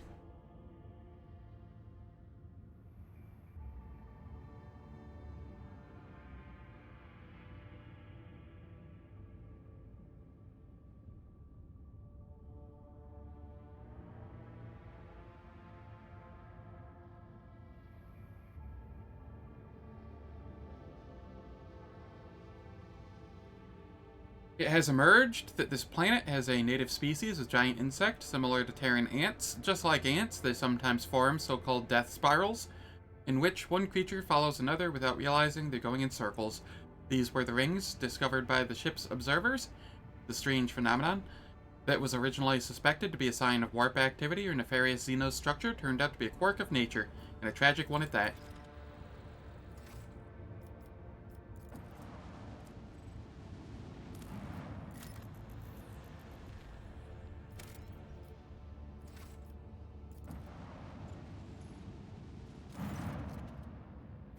The augurs have detected wreckage in the void ship's vicinity, but the exact nature of the wreckage remains unclear.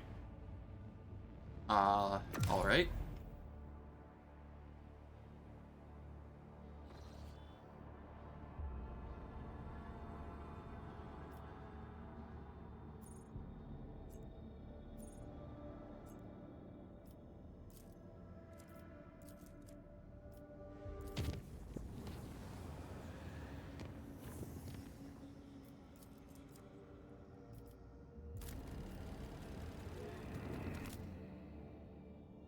Alright, I will head up here.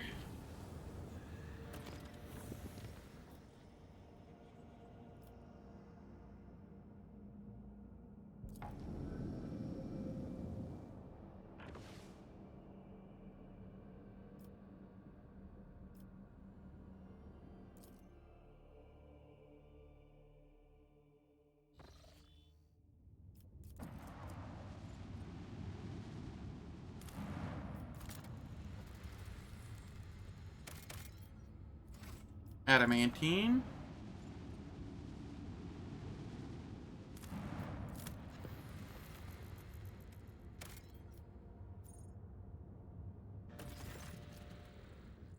The bizarre structure observed from orbit appears to be the ruined estate of a wealthy noble. Further searching reveals the remains of an envirodome, a landing pad, the main manor, and servants' quarters. It is impossible to determine what exactly happened there. The search team has found something truly disturbing in the main hall. An opulently clothed skeleton sitting at the dinner table. The table set with gold plates covered with old blood and piles of bones. The bones on the plates are clearly human. No other remains have been found at the estate. Search through the remains for anything valuable. The scout team returns with some expensive weapons taken from the skeleton. After finishing the report, they hurry away whispering prayers. And this is just kind of awful. I mean, it reduces deflection on enemies, but eh.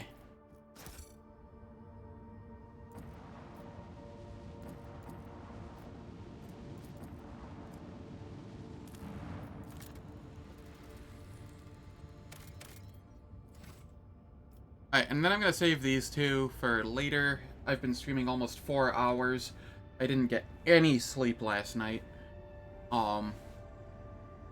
Something trying took way longer than expected, and we started later than I expected.